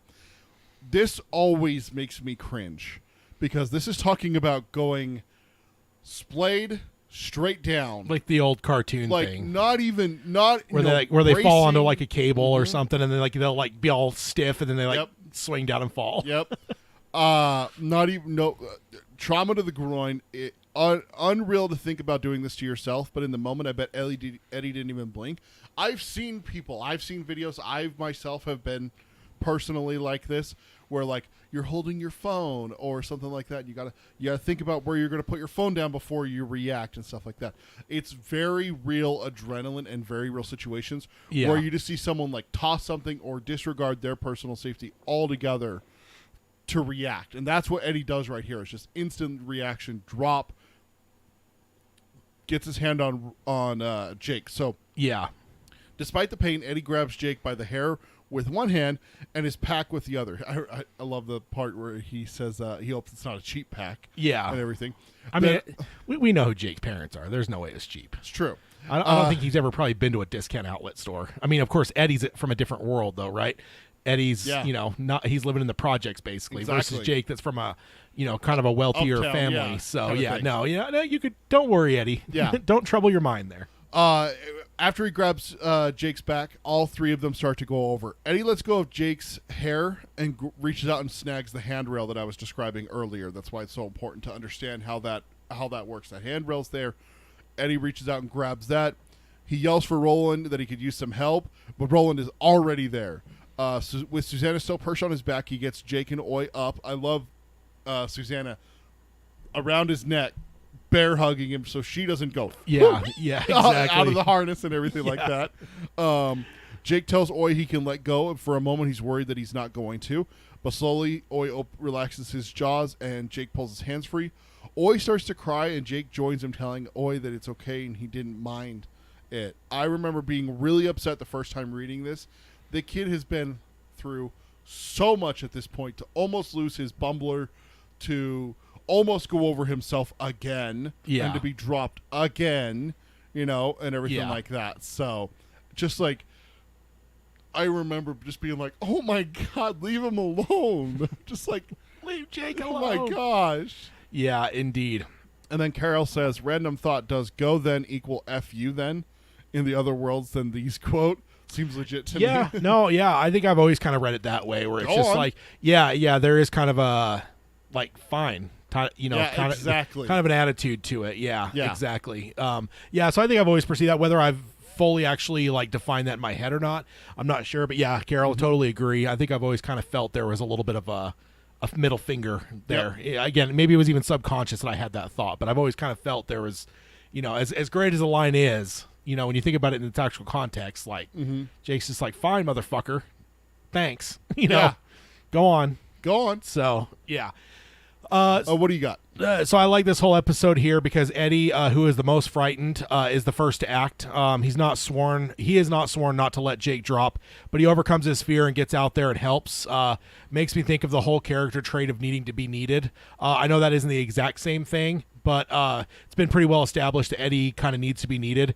And so for him to just be the one to jump in, and also it's just the ultimate to for King to build Eddie up as the one that's the most afraid, but then he's the one that has to actually act, and he doesn't even hesitate. Yeah. So it speaks a lot to Eddie. Right at the beginning of the subchapter, his fear instantly leaves them and something cold comes over him. We've seen that before, the coldness of Roland and everything like that. And I love that this was all preceded by Roland saying he's a gunslinger. Yeah. And look at how he acts here. Absolutely acts like a gunslinger. You know what it reminds me of is MASH. There's the episode where they have like the little kid that they're like trying to figure out, and Trapper's, it's the first 3 seasons, Trapper's there, and I think Trapper's looking to adopt the kid, and somehow the kid wanders into the minefield, and Trapper just runs out instantly, like no thought, whatever. And he's a dad. That's just like the reaction. That's what I was talking about. And I know MASH is a comedy, but that scene's not comedic, so it's not. It just, that's what it reminds me of, because again, he doesn't even think. It's just like, okay, react. Just ran into a minefield because he didn't want the kid to continue moving and potentially step on a mine. So. Exactly. So Eddie gets to his feet and doesn't look good. He says cheap fucking vasectomy, and I've been hit down there, and I know you have too, and I'm just gonna say, I can't imagine racking myself like that. Just full on. That'd be brutal. I feel like I've done that before. Like, I remember there was a park that I used to go to when I was younger, and it wasn't like a lot of water underneath, but there was basically like, they didn't have a bridge because it was kind of an area you weren't supposed to go to, but there was a couple like bars. So like logs almost, but they're metal. Metal, yeah. And I remember we would walk, foot in front of foot across those, like a balance beam. Yeah, exactly, a balance beam, and it was like 10 feet maybe. You know, and again, if you fall, you're going to get like maybe up to your mid shin in water. So it wasn't like dangerous, but I remember I think at least one time I think I slipped, and it wasn't fun. And the bike is what most kids experience. That is one time or another, your foot slides off the pedal and you go down and right onto that middle bar of your bike. I never understood why men's bikes here in America, I don't know if it's this way the rest of the world, have that bar straight across for us, but on the female one it's angled down to give them like a space there where if you come off that seat you're not going to hit it. It should be absolutely reversed. What the hell? Why? And I actually, now that you say that, I do remember doing that a couple times on my bike. Yeah. Because when you're a kid, especially if you're like me, you're like jumping off like, hills and stuff, and like just kind of going extreme with the bike, quote unquote, what extreme would be for a kid in the 90s. There was no, BMX, or at least that we were aware of. It was the early days of BMX and skateboarding and all that. It was nothing crazy like that, but it was just like, there was fields near my house, and like we would, go in there and jump off. It's 18 inches tall. I'm going to go off it. You go off it, and you land, and the bike goes back a little bit, and you come down. And we were stupid, man. There was one that was like probably at least 2 feet or so up, and it was a pretty sharp grade. Yeah. So you had to get a lot of speed, but it was like literally at the end of like a long street. So we'd go full speed to get up there, and then we'd ride around the field, and we'd come back and jump off that. And again, as an adult, into a street, on the asphalt basically. But again, as an adult, I'm like, God, that was like 2 feet high. Jumping off of that, at full speed on a bike, that's not safe. We weren't wearing helmets. And if you land, you're not landing on dirt. It's asphalt that you're going to land, or metal, as Roland calls it. Yeah. So as a kid, we never thought twice about it. But as an adult, I think back and go, oh my God, I could have been seriously injured. Yeah. So Roland asks Eddie if he's going to faint, and Eddie says nobody wishes that he could. And then Susanna directs, go ahead. I saw it too. Go ahead. Robert says, now I can think of as Homer voting for Hitting the Groin, which is the football in the groin, which is Hans Moleman's film in the film festival. Yeah. One of my all-time. Football right to the groin. It just makes a little... I have to laugh because it's Hans Moleman's my boy. He's one of my all-time favorite Simpsons characters. Yep. Of the minor characters, he's probably my absolute favorite. In fact, one of these days, I will get a Hans Moleman tattoo. Oh, are you really? Oh, yeah. Nice. I don't know which one, though. Whether it's just normal Hans Moleman or one where he's dressed like Bart, or I don't know. But I want to get a Moleman tattoo. I think the AA one, I'm 31 years old. Yeah, you and I are older than Hans Moleman. Oh, don't say that. Sorry, go on. Susanna directs her attention to how bad Jake is bleeding. Jake tries to hide his hand, but Roland takes it gently. Here we see a perfect example of King writing kids very well. I know I have tried to hide wounds from my parents that were so obvious that because I didn't want them to get mad, even though I was hurt. Yeah. There's your Hans Moleman yes. figurine. Let Moleman have a little cameo there. Yeah. Yeah, get back to your note. Yeah, indeed. But yeah, like you've done that before. Like you've fallen off your bike, scraped up your arm, and you go inside and you're like covering your arm, and your mom's like, "What'd you do? Nothing." It's when I was playing with knives. Oh yeah, see, and like cut that. myself. Yeah, get a pocket knife or something. Yep. So my note though is more than that. I interpret this more as Jake hiding it to spare Oi any grief.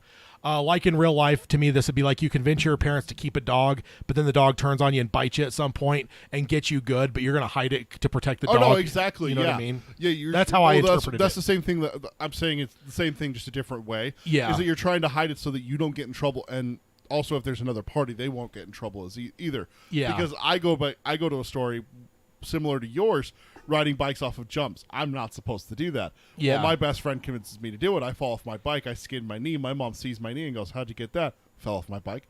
Why would you fall off your bike? You know how to ride your bike. You've been doing it for years. What were you doing that made you fall off your bike? I was jumping off jumps. Oh, really? Who could reach you to jump off jumps? No one. You know, like trying not to get my friend in trouble at the same time. Exactly what you're saying. Yeah. Here. Yeah. Exactly. So Roland takes his hand and sees that there's at least a dozen puncture wounds, and most are deep with possible broken bones or several tendons. But now isn't the time to have Jake flex his hand to test it to see if that is the case.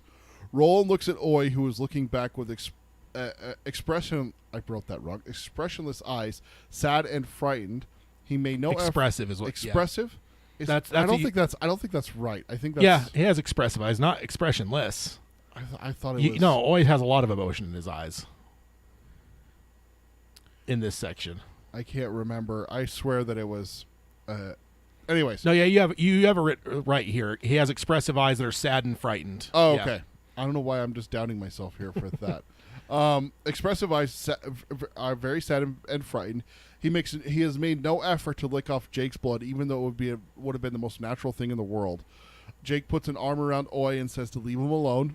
Again, the defensive, like you were talking about, like trying to protect your animal from your parent and everything like that. Yeah. Roland tells him that he wasn't going to hurt him and wipes the blood from his lips and muzzle. He thinks that Oi can't be rabid, but there might be some other diseases, and then instantly says, "Well, Carl will decide how that ends, like it always does." When he is done wiping, he tells Oi that he's a good fellow and a good boy. So that made me really happy with that, is because I could see Roland being a bit of a hard ass here. You see how Jake reacts, thinking that he's going to be that way. Well, you bit him, shame on, that kind of thing. Yeah. And everything. It's also interesting, after everything with the Dutch Hill monster and Jake's drawing, he still doesn't fully trust Roland. That instant, like, no, don't hurt him, instantly like tries to cover him and everything but then again, in our world, if a dog bites a kid, there's a good chance that dog gets put down. Yeah. So, like, maybe that's what he's thinking about. Depending on, like, is it a mauling, is it an attack, or is it just a bite? It all depends on the situation, but there is always that fear in your mind. I know it's happened. I've had dogs in my parents' neighborhood, in my neighborhood, put down when they've gone after someone. I've read about it on the news and stuff, and so that's what Jake's probably thinking about. Yeah. I guess it can be understandable, but how quickly he thinks Roland might hurt him is just kind of like, oh geez, so we're not good. Roland and Jake aren't that good like we thought they were. Yeah. Well, one thing I will say, as a Tad, if your Saint Bernard ever bites you, don't protect it. Just let it die. Just have someone shoot the damn thing. No. Before you get trapped in a car. Don't talk about my Saint Bernard that way. Beasts. I don't have that dog yet, and how dare you? Beasts, monsters, Tad killers. Maybe the reason I want it. So what I don't get here is what does Eddie, or what does Jake think that Roland is going to do to Oi? From adult's perspective, he's not going to do anything because Oi didn't do anything wrong. But in Jake is a child, so in the mind of a child, Oi might be blamed. It might even be punished, I guess, is maybe what he's thinking. But it's just weird because as an adult, you're like, what? What's with this reaction here? Like, I care that you're okay. Yeah, exactly. I've had this conversation with my daughter within the last 2 months. Look, I don't care. Are you okay? Yeah. Like, I want to know that you're okay. Kind of thing. Carol says in the chat, but why were you playing on the roof, Carol? Nah, I'm sucking that pain up when I was a kid. Yeah, exactly. Exactly. I'm not hurt.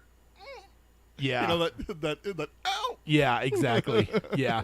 Or God forbid, like you jumped off a roof or something and you didn't sprain, but you hurt your ankle or your knee and you limped for a day or so. Oh yeah. Like God forbid, because you were trying as hard as you could not to limp around your parents. There's if you're out in school or if it's summertime, you're out of school, you're just walking around with your friends, you're limping. But as soon as you get home, it's walking around like nothing's wrong and just sucking up that pain, like Carol said. Exactly. Yeah. Yeah, been there. Oh, Robert, you have no idea how bad I want a St. Bernard. No idea how bad I want one. Monsters. Yes, they are. Beasts. Was that the end of your note? Sorry, I kind of interrupted you. Yeah. Okay. Another gust of wind hits the bridge. The weather's turning dirty and fast. See, I didn't want to say this earlier with your question. I wanted to wait till we got here to discuss this. The weather turning dirty and it turning fast, that makes me think of like a storm coming in or something like that, which makes me think back to your question. It's hella windy. It's not a breeze. It's not slight. And with the deterioration of the bridge, that's dangerous. Yeah. That's very dangerous. I mean, hell, just the section you were covering before, a cable snapped above Jake. Yeah. Like, this is not good to be out here. Roland asks Eddie if he can walk. Eddie responds, "No, Massa, I saw winter shuffle." Winter shuffle. I know I'm saying that all kinds of wrong, but that's what it says. I had to mark it. Roland says, "Let's move as fast as we can." And then when Roland turns around and starts to take a step, there's a man standing on the far side of the I don't know why I wrote Gap. Gap. Thank you. I wrote game. I don't know why. Gap. Watching them expressionlessly. And I just made a note here. Uh-oh, ... Yeah. Like, all I could think about is movies. This is one of those ones where everyone turns to look the way that the camera's not pointing and the camera turns too. Oh, yeah. And there's just there's a figure there, you know, and everything like that. Oh, yeah. It's like, oh, shit. Yeah. And you know it's not good, right? It wouldn't be good, right? Yeah, no. There's no way. There's no way that's good. Good would have been someone there to help, and they would have helped during the situation. Waiting to show them until after that situation. Oh, good. Oh, everyone's saying, "Oh, fuck, no, who's that?" Because that's the other thing too, is the way this is all worked now. They're all back on the beginning side again. Yes. Because Roland, with Susanna on his back, went back to help. So it's like they're all back at square one at the beginning of the gap. Yep. So Roland was on the other side, but not anymore. So, yeah, that. Yeah, exactly. And then it says he had approached while their attention was on Jake and Oi. He has a crossbow on his back and a bright yellow scarf around his head with the end streaming out like banners in the wind. So again, the wind showing that it's really going to lift a scarf up off of his head and flapping in the wind. Yeah. Gold hoops with crosses for earrings and a white eye patch. All I can think at this point, yar. Yeah. Meaty, you know? Yeah, indeed. He has purple sores all over his face, and some are open and festering. His age is hard to tell, and he is holding something over his head that Roland can't make out what it is. You know, I didn't think to add this note, but I'm gonna say it here. Oh my God. We saw the bees. We heard about the cows having 3 heads and beauty babies and everything like that. I don't want to be anywhere near this man. Yeah. You know, like, if can I catch something from him? Like, yeah. Maybe the last few years have, like kind of turned me sour against stuff like that, but it's just like, ugh. No, that's pretty nasty looking. Just what I have in my head. So one thing a note I have here is I always wondered if they got through the gap without incident, does this man get the jump on them? No. And even if he does, without the gap between he and Roland or even Eddie, does this go a whole lot differently, right? Because if they're without the gap, I mean, we're going to get to it as we unfold this scene a little bit more, but the gap's kind of critical to how this plays out. Exactly. So it's just like he saw his opportunity and he took it. Yeah, but it's like if Jake had like thought about Oi before and like stuffed him in his shirt or something, got across, Eddie gets across, no issue. Like, I wonder how this all plays out different. Unfolds the wheelchair, puts Oi in it, folds it up just a little bit. Something. To have Oi, I actually thought he might do that once we realized, like, oh, Oi's still over there. It's like, oh, he has a wheelchair. Yeah, I've legit thought that the first time I read it. Just kind of put him in the seat, and then as it folds up, just kind of like hook your arm, and he's kind of squished, but not really. Would Oi put up with that? Or just throw him across. Hey, Roland, catch. Yeah, just yeet the bumbler. It's 30 feet. Could you throw something 30? Could you throw your mom's dachshund 30 feet? I mean, maybe. Should we go test it? No, we are not going to do that because I love those dogs. So no. No, but I remember those different thoughts in my head when they were when Jake was on the edge. There was a few thoughts of like, there's got to be some solution. Yeah, you know. And so, but then again, we also one thing there though is with the whole like whatever. We haven't really seen Oi being held. That's not been a thing yet. So we don't know, even if he's like friendly or whatever, like so far up to this point, like Roland conveyed the fact that like once you feed him, you're not going to get rid of him. But that doesn't mean like, oh, you're like holding him like a baby and like, you know, cuddling. Like, no, like he's kind of been his own thing. So I don't even know if it's possible to really pick him up necessarily. Like right. that, we haven't seen anything to show us that that's even a thing. So yeah. Robert says, can't wait for some Gasher quotes. At this moment, Eddie is looking past him at the ruined city and realizes just how terribly mistaken, foolish his dreams were of help from the city. He truly sees how bad the city is, like the condition of it, and realizes that it also has a horrible smell, like that of a mattress that has caught on fire and then was put out with sewer water. I'm not thinking that's water fun. there. I'm thinking sewage. Yeah. And yeah. That's just nasty. Yeah. And then I have like a porta potty. Yeah. Exactly. exactly. That on a dirty old mattress you see on the side of the highway. You know? Yeah. Or a porta potty without like that weird blue chemical they put in there. Yeah. The crappy porta potties. Yeah. Or like in nature when they just dig a hole or whatever. Oh yeah. Carol says, I know it's windy, but we have one certified gunslinger and 2 adult apprentices. Why didn't they just shoot him? I will cover that in a second, Carol. I have a direct quote here about Eddie with Ludd. He suddenly understood Ludd, understood it completely. The grinning pirate who had appeared while their attention was elsewhere was probably as close to a wise old elf as this broken, dying place could provide. So earlier you were talking about Eddie's hopes being diminished down to 5%. Here, it's gone. Oh, yeah, we're it's in gone. the negative now. Oh, yeah. Like, yeah. it's gone. Yeah. So I just had to bring that out because I know for the last couple of book clubs, you're just like, God, dude, stop being so optimistic and so hopeful and everything like that. I just want to grab Eddie and shake him. There you go. It's gone. Are you happy now? It took long enough. Of course, that's what you would say. Roland pulls his revolver, and the man tells him to put it away and that he is tough, but this time he is outmatched at the end of the subchapter. Oh, man. Definitely quite the jump that he got on our quartet here. All because of the gap, man. It's the only reason. They could have just figured it out without any, whatever. If they had just gotten across the gap without or even just Roland is on the other side. Mm-hmm. Like if it all just like, I don't know about that because splitting the quartet like that. So I mean, can we talk about it, or do we want to cover your next subchapter? We can jump into here, but like ultimately, that with the mechanics of all this, even just Roland there, I don't know. I just think it could be. It's not a gun. He wouldn't have been able to get right up to the gap edge like he is now. Like he's on the other side of the gap. So yeah, and so that's the big thing. But you're saying that if Roland's on the other side of the gap, he's not able to take that position. Yeah, and he can like wrestle the guy if he has to. Like yeah. So going to just take Susanna and throw Data at him. So subchapter 14, the guy on the other side of the gap stood on the edge of the gap and looked like a pirate at the end of his days, sick and ragged but still dangerous. Roland then asks what if he chose not to, but chose instead to shoot the man in the head. The man answers that they will all die, and Roland doesn't think that he's bluffing because he's in rough shape, and his final days don't seem as though they will be pleasant. The man has oozing sores on his face, and it had nothing to do with radiation, which is an interesting thing to say there. And Roland thought it looked like he had mandris or horse blossom. So definitely gives you the idea that it's probably STD-ish, which could be pretty nasty.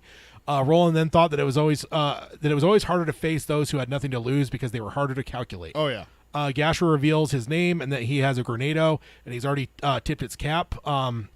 And it's only his hand holding the pin in, and that if he was to get shot, it would go off, and most of the tet would be vaporized, and any who were not would go into the river because the bridge was on its last leg. Roland thought about shooting the Grenado out of his hand, but decided not to because of how tightly he held it. Gasher called Jake a squint, and when Roland asked what he wanted, and that is exactly what he answers, and he says he will let the rest go free if given Jake. Susanna tells him to go fuck himself, which... Yep. Gotta love that she's the first one to speak up there. That's literally my note here. I love that Suzanne is the one to respond even before Roland or Eddie or Jake or anyone. She's the first one because you know what that is right there? That's mama bear syndrome right there. That's what that is. So, Carol, to answer your question, I understand where you're coming from. With Susanna, Eddie, and Roland, you think that they're going to be able to take this guy. But basically, is if they shoot him, that grenade pops the pin, boom, bridge collapses, all dead. Yeah. Like, that's it. He's got him by the balls. Basically. And that's where I'm like, if Roland stays on the other side, like, he could maybe wrestle from the guy. Well, he wouldn't be as close to the gap as well, exactly. Which is the weak point. But my point the only is one then is at that place, the only one in that point that would be in danger would be Roland. But it's like if Roland could take care of him and get rid of the grenade, it's not like it's an instant. He could shoot him and the grenade could still go off and it could cause issues with the bridge. But if it's not at that weak point, does it collapse? Yeah. That's the question you have to ask there. Yeah. And since it was Robert asking for some quotes here, I'll go ahead and go grab a direct quote from Mr. Gasher here. He says, do you know what I got here, dear ones? The pirate asked, do you ken what your old friend Gasher just happened? Oops. I accidentally just clicked a button that opened the internet there. Gasher just happened to have laid his hands on. It's a grenado, something pretty the old folks left behind, and I've already tipped its cap to wear one's cap before the introducing is complete would be bad manners, so it would. So got some Gasher things there. I don't know if I've ever perceived grenades as having caps like a hat, but yeah. So when you pull the pin, the top pops off. No, I know, but I mean, I don't know. Like generally with like grenades we're familiar with, you pull the pin and there's a handle that then holds the cap. But for him, goes down the side. But he also says that he's like he cackles, says my finger's all that's holding the pin now, dearies. So it seems like they're a little bit different in this world. It is a different, but there are different grenades. I mean, we know like the famous ones for us because we both love World War II is the potato mashers from Germany. Yeah, much different than the American baseball sized. Yeah. Things. Carol says, when has Roland ever listened to anyone? Youngest gunslinger ever for a reason. But okay, I get it. I just hate that he got to touch Jake. Absolutely. Yeah. Oh yeah. None of us Gasher was on our most hated. He was. Polls. I mean, I don't know if that's a spoiler to say at this point here, but I don't think it is. Gasher's not a likable character. No. So, my note here: King paints quite a horrendous picture of this guy. I tend to slightly imagine Trashy from the Garrus series of The Stand at the end when he's all irradiated. Just take him at the end there with all that makeup, trash and then just man. put him in the pirate clothes, and you basically have what I've always pictured. There it is. Maybe he doesn't have purple sores and shit on his face, but he is pretty nasty looking at the end of that series there. So he is. Okay, so then next up, Roland asks what happens if they give him over, and Gasher says they go free, and that they have the TikTok man's word on that. He mentions the pubes and the TikTok man is in charge of the Greys. So there's some context for what we've heard previously from the river crossing folks. Eddie furiously asks Roland what the fuck he is saying and asks if he's thinking about doing it. So as you mentioned earlier with Jake, maybe not trusting Roland, it doesn't seem like Eddie has a full trust in Roland either. Can you blame Eddie at this point though? He's asking for Jake and he's like, well, so what do I get for him? What are we dealing with here? And it's like, what the fuck are you doing? The disbelief, not the lack of trust. It's just what the hell, man? Yeah, but I think if there is full trust, he wouldn't have even questioned. He would have just been like, oh, he's got some kind of plan. He's got this. But Eddie's reaction here is good. But again, classic Eddie. It wasn't even that many chapters ago that Eddie was, calling Roland out. He's like, if it comes down to sacrificing us for your tower, what are you going to do? And here we go. Yeah. A few sub-chapters later, and uh-oh. Yeah. So Roland subtly tells Jake that he will keep his promise. Then Jake tells Eddie to stand down and that he will decide. Eddie tells Jake that he's out of his mind, and Gasher tells Eddie that, in fact, he is actually out of his mind if he doesn't believe that the threat. And he also says that Jake will be safe from the drums with the Greys, and if he didn't mean his promise of letting them go, he would have had them throw their guns over the side, but he didn't, which is actually good. That's a good point. Good logic there, yeah. Susanna heard the exchange between Jake and Roland and told Eddie to put his gun away. Eddie asks how they can trust that he won't just throw the grenade once he has Jake. Roland says that he will shoot it out of the air. And I know he can. Yeah. And Gasher, I mean, hell, Susanna probably could. Oh, yeah. And Gasher knows that he can, which is what Roland says. Jake begins to move to the support rod, and Eddie shouts at him in desperation to not go. Roland tells him in a low voice that he will come for him. Eddie screams that it could be a bluff and a dud. Oy is still being held by Jake, starts to snarl as he gets closer to Gasher, and he tells Jake to throw him over the side. So, Tad, right there. There's Tad. Slander. And Jake responds with, fuck you. That's us telling Tad that. And Gasher tells him to put him down once he gets on the other side, and if he goes after him, he'll punt him, basically. God. And what I should have done is got the Baxter getting punted from Anchorman off the bridge. I really should have. That's what I should have done. You're evil. You know that. So then my notes here. So Here we're getting a better lay of the land when it comes to the pubes and the grays that the folks of River Crossing spoke of. Also, with Gasher saying that Jake will be safe from the drums, it tells us that in the city, the drums that we've been hearing for a while now are dangerous for some reason. We know they happen regularly, so yeah, this is going to be bad. Yeah. Like, because we've already conveyed the fact that I don't know if we necessarily have like a constant, like it happens every 10 hours or anything like it. Nope. But they've happened, what, 3, 4, 5 times in the time they've been within earshot of the city. So the fact that he's like, they'll be safe from the drums, like, that's great. And writing like from King to just throw that in there, because like, back of our minds, we're all like, we know the drums happen. It's like, wait, safe from the drums? What the fuck are you talking about? What does that mean? Yeah, exactly. What the hell does this mean? Like, we're dealing with this very real situation, and we're like, oh my god, and then it's like, wait, what? Yeah, well, hold on a second. What did he just say? Yeah, that kind of thing. And the grays are now with the TikTok man, which apparently Gasher is aligned with, and then the pubes are the other one. So yeah, we're getting some clarity a little bit here already, and we're not even in the city yet. So we're still on the bridge. Yeah, exactly. We're not even across the bridge. Exactly. All the way. So yeah, and I just love Jake's resolve to save his friends, not just Oi, but also Eddie, Susanna, and Roland. Like, no, I'll go with him. You keep your promise. Let's go. Yeah. Let's go. Yeah. And then also just, Carol says it in the chat, let the FUs fly.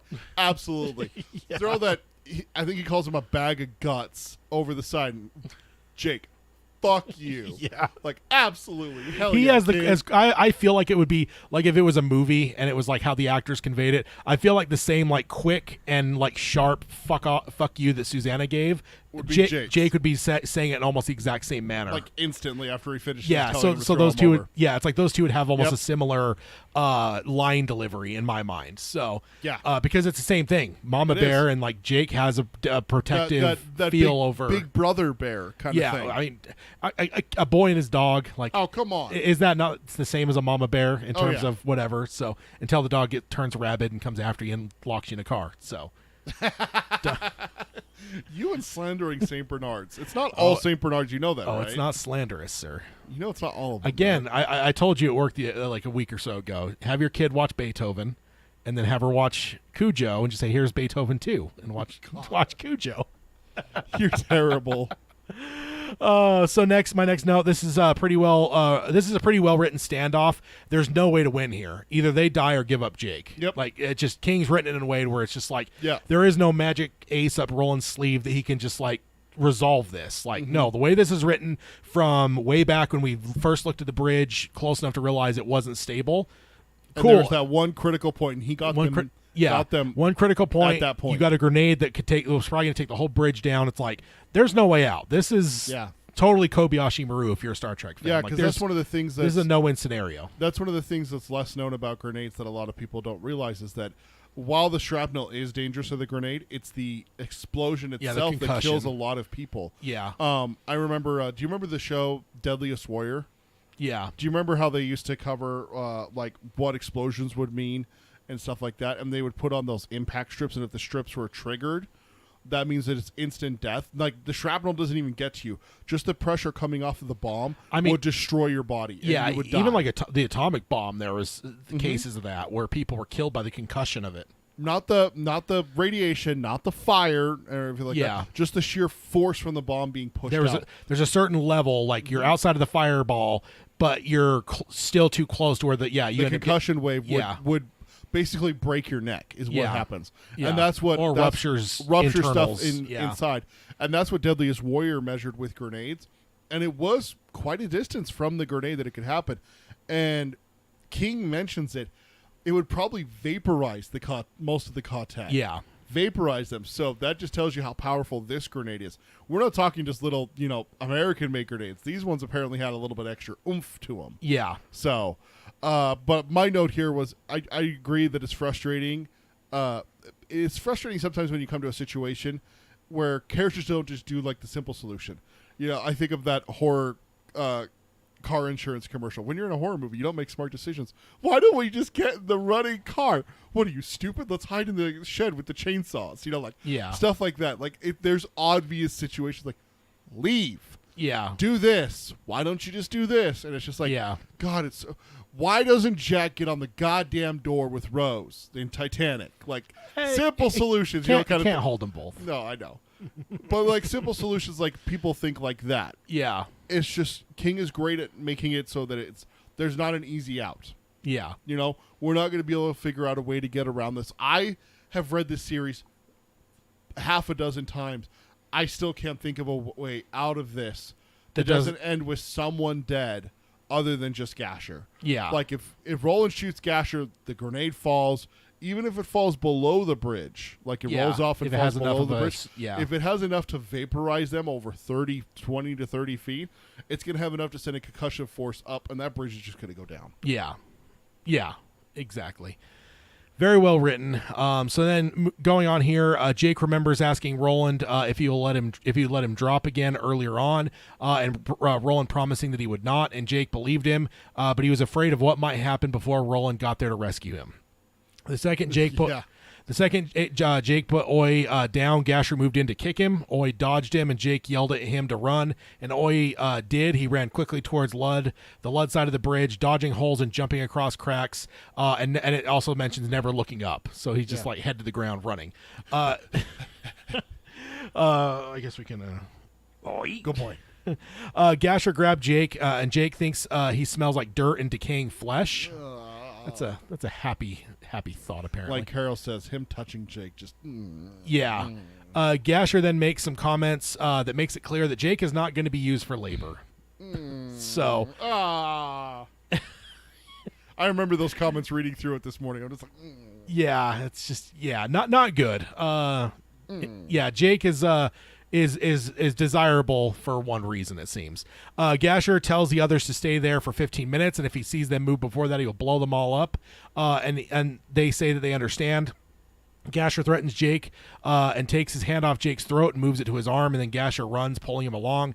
Jake thinks the street looks a lot like New York, though the decaying cars are unlike any he's ever seen. There are dead trees and buildings that seem to have been bombed or collapsed. The street's the street is moving east, leaving the path of the beam, and it got more messy and cluttered the further they went. And down a ways, it looks as though the entire thing is clogged, but they keep going in that direction. Jake began to lose pace before being yanked by Gasher, who did not slow down. What they're approaching was a barrier of junk and concrete and steel cables, and it looked man-made. Jake sees a blind justice statue. Jake realizes this maze would take Roland hours to figure out, and Gasher knew it by heart. Gasher threw the grenade, and it flipped a car and shook the street. The last thing we see is Oi following them through the passage, and he is following their scent. So that's that's it. I don't really have a lot of notes here. There's a lot going on. I mean, you basically covered it all. Like, all I could think of at the end of this is just, oh shit. Yeah. You know, like you have that, I'm going to come for you. I'm going to come for you. And then you see the man-made maze of garbage and debris and steel cables and chunks of concrete. And you're just like, yeah, it's like, okay, yeah, exactly. How's he going to get there? I mean, always following, which might be good, but it's like, I don't know, man. Yeah, I remember getting kind of nervous. Like, oh, cool. Like, you know, he's going to say 15 minutes, but like all you have to do is wait for him to get off the bridge. Count to 60, and then you could probably go. Like, you don't have to wait 15 minutes. You know, at a certain point, he'll be out of range enough. Yeah. You know, and what's he going to do? Cool, throw the grenade, and then Roland shoots it out of the air, and then he shoots. Like, yeah. Exactly. So you could be, I mean, you got to get across that little gap again. But once you have that, you know, Roland can probably get up to him and not be too far behind. Right. So that is where we'll be stopping. So we still have our spoiler section, but that is where we're going to wrap the book club portion in terms of covering chapter by chapter. But yeah, so we've got introduced a lot of a lot of characters here. So let's go ahead and...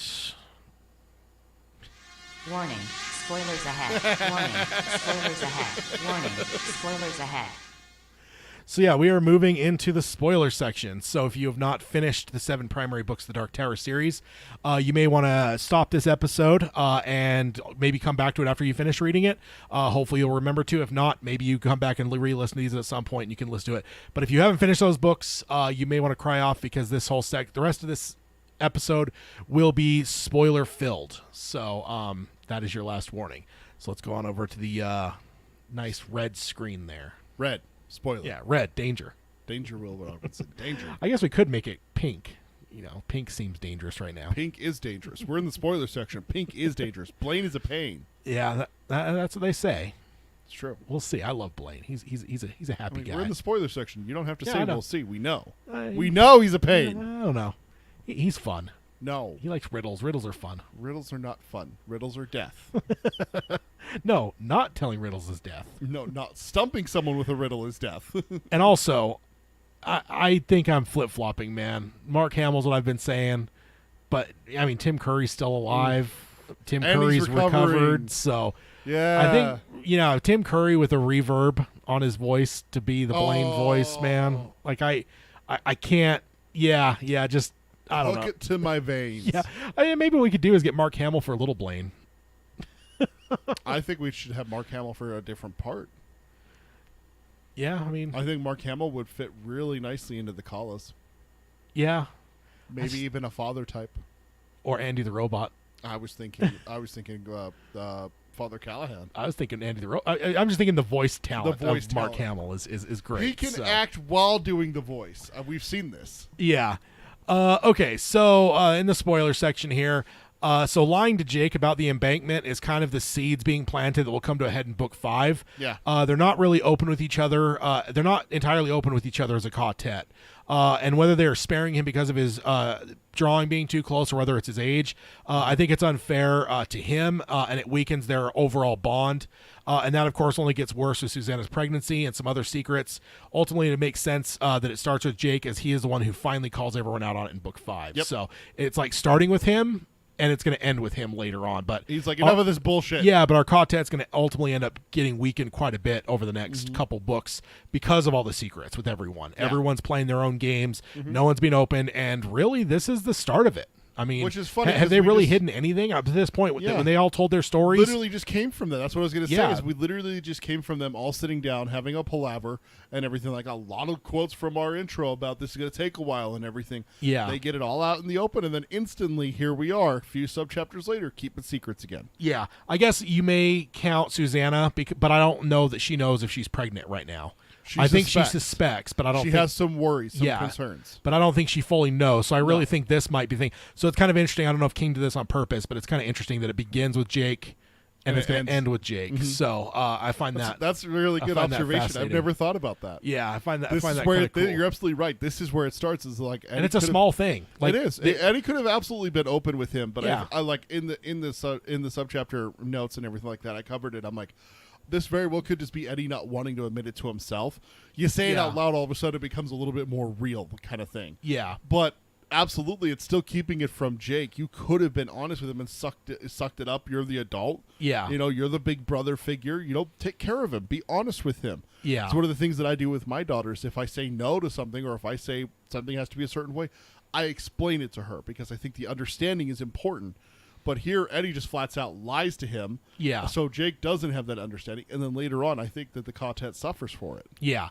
Yeah, because and I don't know if you'd go so far as to say this is like precedent setting, but this is the beginning of it. This is the pebbles that'll start the... It doesn't take much. Yeah, this is the pebbles that'll start the avalanche, basically. Yes. So, and ultimately, it does make for a weaker quartet, because, like, ultimately, I mean, we're in the spoiler section. I had to pause myself to think for a second, but look at Roland's younger quartet in the next book. Like, is there ever a time that those guys are keeping secrets from each other?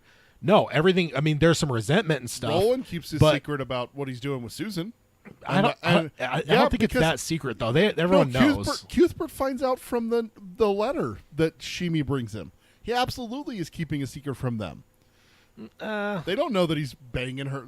Yeah, I mean, because that's the whole thing, is it's jealousy. Like, that's right. At the very beginning, at the very beginning, but ultimately, long term, there's no secrets there. Like, when he puts him down in the dirt with the punch and everything like that, it's like there.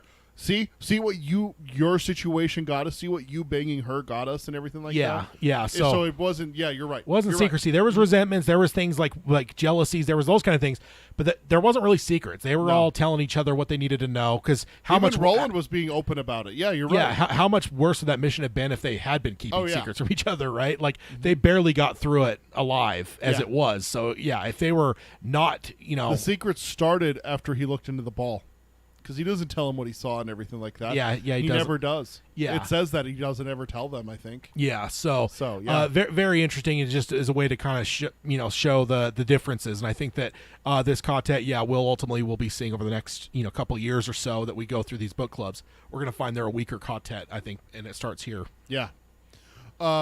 We never really see Roland's world before the fall. We get glimpses into Gilead here, a ball there, but King trial and everything like that.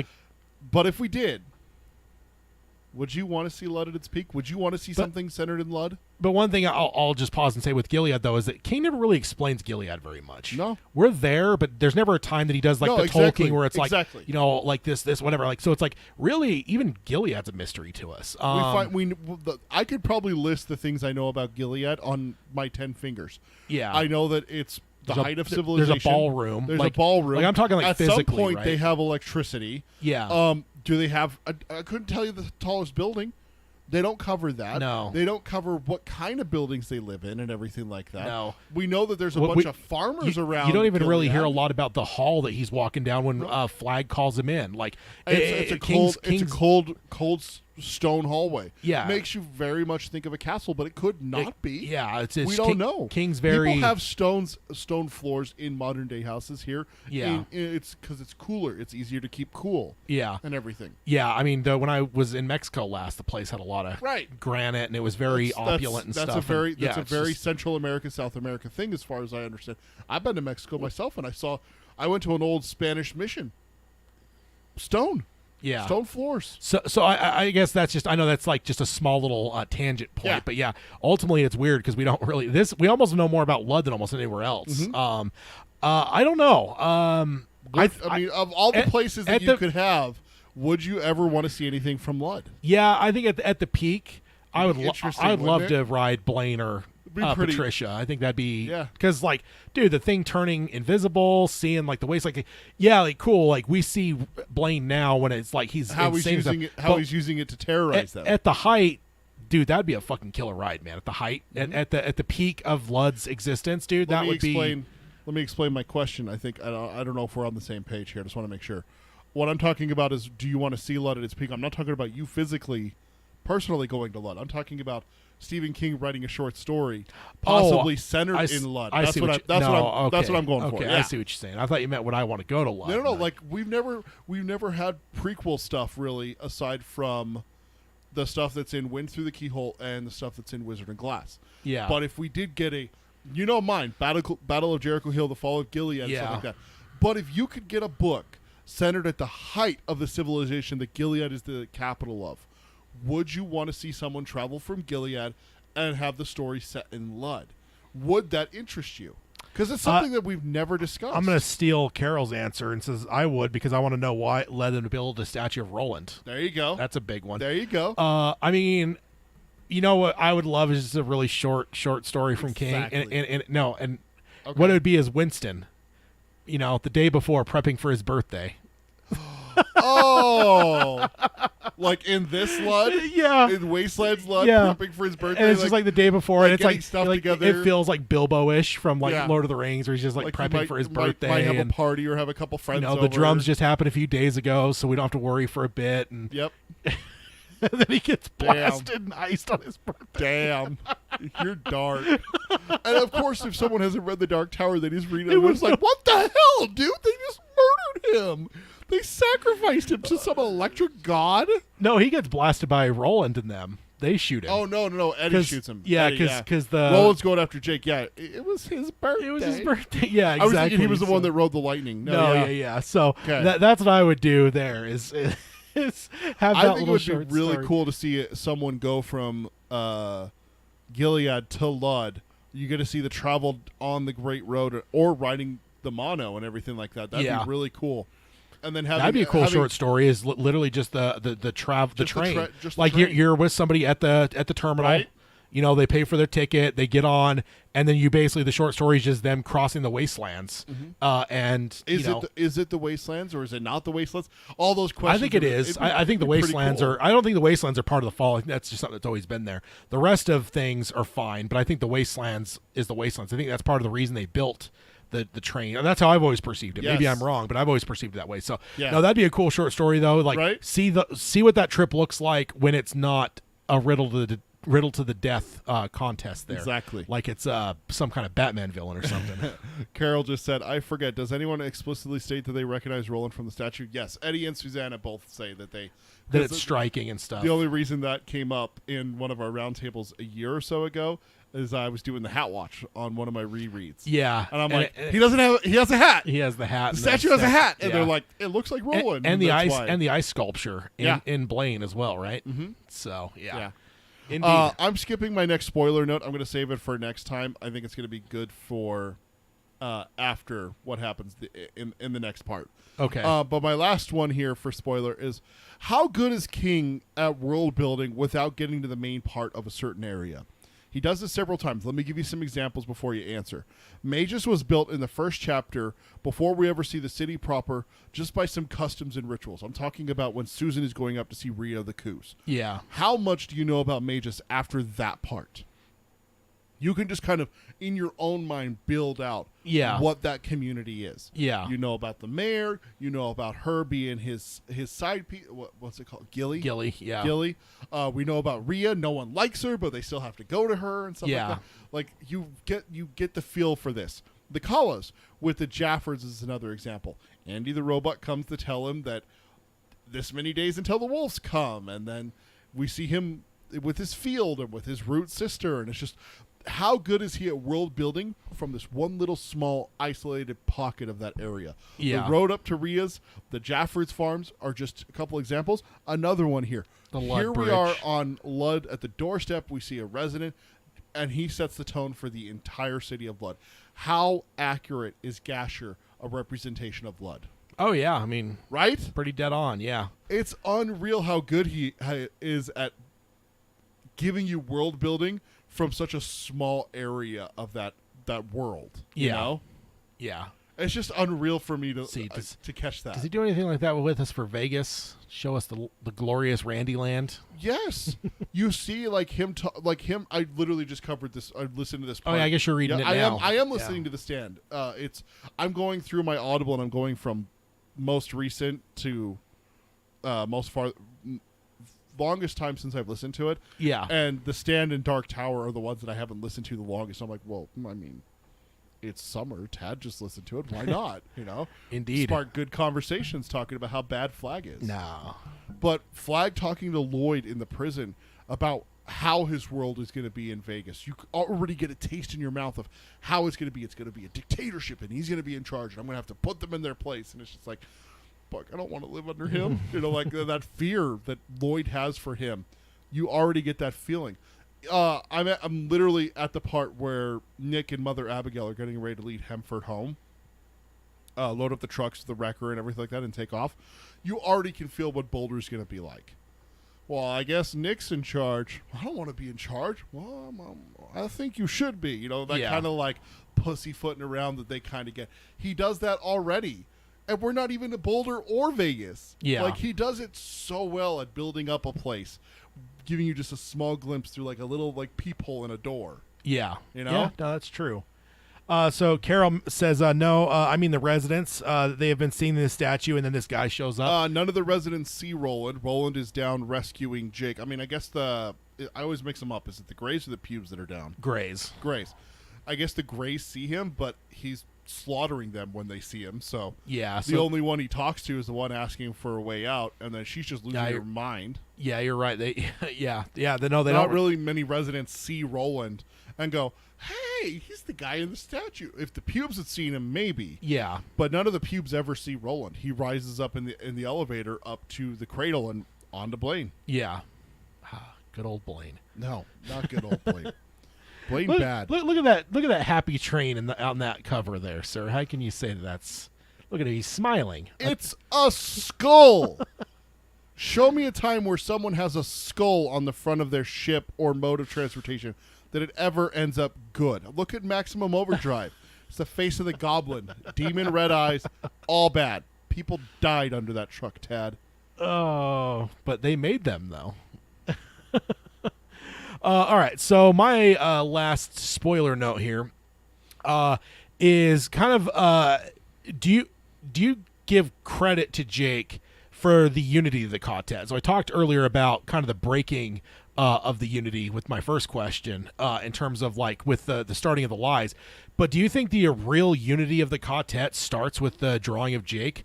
Because before that, like, yeah, Roland's a teacher, but does the quartet before that feel like it's really a cohesive team? It's almost like it's missing a piece. Does it just feel like it's just a husband and a wife and their teacher? You know what I mean? And it's not that I give necessarily that I'm giving Jake credit himself, but it's his drawing requires every single one of them to critically step up in a way for his drawing, right? Like all of them have a part to play. It's not just Eddie being a hero. It's not just Roland being a hero or Susanna being a hero. It's all of them, and they all have to work together. They all have to work in a cohesive fashion. And so I just wonder, like, is Jake kind of is that drawing the kind of the birth of their unity? I think that they had some unity before. I mean, we had Shardik with Susanna taking the shot when Roland's telling her to. Eddie's moment at the cave with Shardik's little helper bots and stuff like that. Yeah. But to become a full cohesive unit. I almost feel that that's more of like the teaching side, though. He's putting both of them in a position to learn, but it's like, I don't know if that ever felt like, you know, like it's like sports teams, right? Cool. They all wear the same uniform. That's one thing. But there's the next thing when they're at the end of their season and there's a different camaraderie and stuff. Camaraderie and I feel like just Jake's drawing is kind of that magic, you know, mojo. That trade at the deadline that gives you that final piece. It's no longer a teacher and this married couple that's his students, but now it's an actual team and a unit. Like they're a thing. And really that drawing is what brought them all together, because that's kind of the I don't know, the adversity or whatever that brought them all together. They all had a part to play. They're all important. Also, it solves. Carol points it out because it resolves Roland's memory issues, and allows them to bond fully until the secrets start. That is, which is exactly what happens from Jake's drawing up until this section. We have nothing but unity coming closer together, binding together. Yeah. And if you want to be honest, I mean, if we're going to blame anyone, are we going to blame Eddie with this first secret, or are we going to blame Susanna for not bringing up her suspicions? Yes, she doesn't know. I understand wanting to know first before you say anything. Yeah. I mean, in real life, I mean, how many people won't say anything about a pregnancy till a certain point of the pregnancy? You know what I mean? Like, if I had a dime for every time I heard someone say they were pregnant, oh, cool. Like, how far along? You know, oh, it's like, it's a ways along. They already know the sex and stuff. It's like, oh, because you just didn't want to tell anyone until whatever. That's just a normal thing in our society. So, yeah, like, I lay it a little bit more because, like, and also, it's like, you know, like the sin of omission, you know, like she's just not saying because what she doesn't know, whereas Eddie's like legit just straight lying, right? And Roland is complicit in that as well because he stays quiet. Yeah, he knows full well as well, and he doesn't say anything. So there's kind of some guilt there, and so maybe all of them except for Jake, honestly, share in some of the seeds of the strife. And then I guess the other part of that would be the symmetry of it, though, is like when does the quartet break? And it doesn't break with Jake. So that is it. So you don't have that beginning and end with that, because like, cool, the cohesion starts at Jake's drawing, but it breaks pretty much at Eddie's death. Like that's the point when the quartet it's entirely broken. I think they just feel like fragments after that, and then Jake dies, and then it's just like Susanna and Roland are not, and Oy, like that. There's no team there. Like it just once Eddie goes down, that's the end of it. So you can't really. King doesn't have that capstone of like Jake and Jake. It's Jake and Eddie. Whereas with the kind of the lies and the dissension and the quartet that they don't really know about, that begins and ends with Jake, which is cool. Yeah. But we don't get that with the cohesion. That's because we don't have that quartet, that full quartet until Jake comes into it. Yeah. And then we only get that little bit of time before the lies start. Yeah. And then it ends with Jake as well. Yeah. Because Jake's the one that finally comes. So yeah, it's just kind of interesting that so then we're gonna have there's gonna be that those lies that are gonna weaken them, but there is still that quartet there, and it starts with Jake's drawing that real cohesion, and it'll be there until Algo Ciento when kind of and isn't it even called the breaking of the Cautet, the chapter subheading or something? I think or so. Something says like the breaking of the Cautet. So that's ultimately, this is the beginning of it. Yes, there's going to be some shittiness here because of the lies, but the Cautet is fully formed with the drawing, and it will be with us until Algo Ciento when it kind of breaks and it's nothing but shards left after that. So Carol says, speaking as a woman, yes, that can be very complicated, but you throw in Susanna's situation, that is a wow. Yeah, exactly. And I don't blame her, and I would say, honestly, of the three, I give the far less fault on her. Because I think if she, like, at the point that she knows, that's, I think, when she becomes a little bit more guilty. But ultimately, this lie with Roland and Eddie, that's a little bit more. And, like, honestly, the other thing about it, too, is it's so fucking pointless. Like, what does it matter? You know what I mean? Like, yeah, in your mind, you might just be, oh, because Jake's a kid, or, oh, Jake just went through this traumatic thing. But ultimately, is that really your place? Or should you just, like, tell, like, he's a gunslinger, like, you're going to be training him to be a gunslinger now. At some point, you got to trust him to be able to handle something like, oh yeah, this is we're in a kill box right now, kid. It's a small thing. It's a small lie there. Whereas Susanna, that's quite a bit bigger. So like I give her more of a pass, I think, than Eddie and Roland. And again, I'm not going to lay it all just on Eddie, as much as, you know, me and Eddie have our differences when it comes to some things. But no, I'll put it on Roland too, because King wrote it in a way to where it's like, I almost feel like on screen it'd be like eyes locking with Roland, and you know, and they kind of look at each other, and you almost see that invisible conversation they're having of like, should we're not telling him. And then it's just like there's just that eye the eye where it's just like no, and then you just lie to him. So definitely complicit with those two. But yeah, I could see a director if you're doing it in a movie or a series where Eddie looks over at Roland over Jake's head. So like Jake would be in between you and me, and it would be like and then you just do that. Yeah, barely, like not even a perceptible, not even a back and forth, just a small, So and as guys, we've all done that. Yeah, we've been in those conversations. Someone's having a fight with a boss, with a significant other, or something like that. You're just like, don't look at me. Dude, don't bring me into this. Nope. We're not doing this. Yeah. So yeah, that's it. Unless you got any other notes. No, that's it for me. Okay. Yeah. So that is this book club. So one thing I'll mention is I will actually post a kind of like a show notes. Okay. Because we have a couple slides. Yes. For the podcast people that may want to see. I'm especially proud of my J. Jonah Jameson. That was so funny. In fact, I'm going to leave that one up on the screen here as we close out the episode. Of course you are.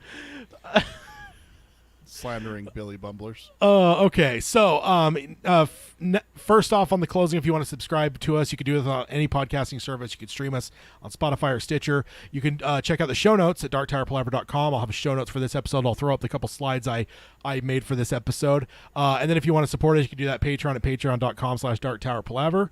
And if you want to contact us, Peter can let you know the best way to do that. Best way to reach us is through email. It's darktowerpalaver@gmail.com. We stream all of our shows here live on YouTube. It's youtube.com/darktowerpalaver. Make sure to ring the bell to get notifications. And then there will be more content coming out for YouTube here. We have a couple things coming up here soon. Yeah, and you know, I thought about it in the intro. My prediction, Halloween Ends. Halloween Ends, we're going to do something? No, Salem's Lot. Oh, Salem's Lot with Halloween Ends in October? That's my thought. Really? Because, dude, okay, they delayed it. But, like, do we really think that, like, they have that much to do? Like, honestly, they probably had a trailer damn near ready to be dropping here pretty soon. So it's like, cool, they punted their release date, so they're going to shift their marketing strategy. Mm-hmm. What better thing than Halloween Ends to throw your trailer on? So that's my prediction. We'll see if I'm right. Okay. But Halloween Ends in October. I think that's when the Salem's Lot trailer will drop. Because that's the biggest thing we're waiting on right now. I don't think there's anything else in development right now that's close enough to get us anything. The Boogeyman is probably the next closest that's coming up. So, or the Barbarian. That's not King, though. Oh, that's true. Yeah. So, I mean, of course, you got Pennywise. Good man, that Pennywise. Yeah. But, yeah, not Stephen King. But, yeah. So that's my prediction, though. Just throw that out there while you were mentioning the other content. Exactly. And then our social media is facebook.com/darktowerpalaver. Our Twitter is @darktowerpod. That's @darktowerpod. And then our Instagram is darktowerpalaver, all one word, no spaces, where you can see the slander that Tad has up on the screen now. And then check out our merchandise. It's tpublic.com/users/darktowerpalaver. Yes, indeed. And we will be back in 3 weeks, not a fortnight. Damn it. Right. We'll be back on the 20th. Is that what it is? Yes. The 20th. So we'll basically be here on the 20th and the 27th. So there'll be 2 weeks in a row that we'll be here for episodes in August. And then, we'll be back for a book club at number 18 in September. So, and then it'll be October when we'll have or book club number 19, which is that should be a fun one. Yeah. So that's what we have for our schedule coming down. And keep an eye on the YouTube channel because there are some other things. We don't have to wait on trailers. I know there's been a few other things we've discussed that would be short form content, so we'll try to get some of that going here pretty soon. But join us in 3 weeks as we come back for Roundtable number 125. We'll throw out a teaser. There may be some Simpsons shenanigans to follow up with the last episode where we talked about the Simpsons.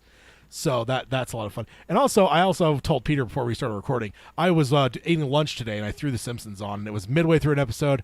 I finished it, and the next one was a Treehouse of Horror, and it just so happened to be The Shining.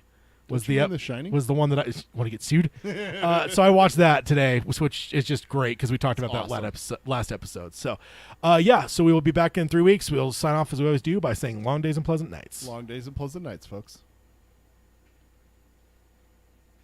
All right. Thank you guys in the chat for joining us. You guys are awesome. Always appreciate you guys. Yeah. Great conversation. You guys add a lot to it. Love it. And just awesome. And a lot of fun. Good stuff in this episode. Oh, yeah. I don't know if I can dedicate to always having different things to show up. But I always thought, I was thinking about it recently. I'm like, if we had more things to show off in the book clubs, I should try to think about stuff. Yeah. So, and then it just so happened that, a couple memes came to mind. And then, of course, the Ace Ventura thing, because that is literally all I always think of is that scene. Holding Bumbler. Because, dude, the Bumbler's what does he say? Dachshund and a raccoon mix is what King, one of the biggest explainers for Billy Bumblers. So, and then later on, someone thinks it's a dog or a dachshund or something. Yeah. But it's a breed I've never seen before. Yeah. Yeah. Yeah. So, It's exactly. when the cab driver almost runs him over. Yeah. Yeah. So, and Jake goes postal on the hood of the cab. Yes, indeed.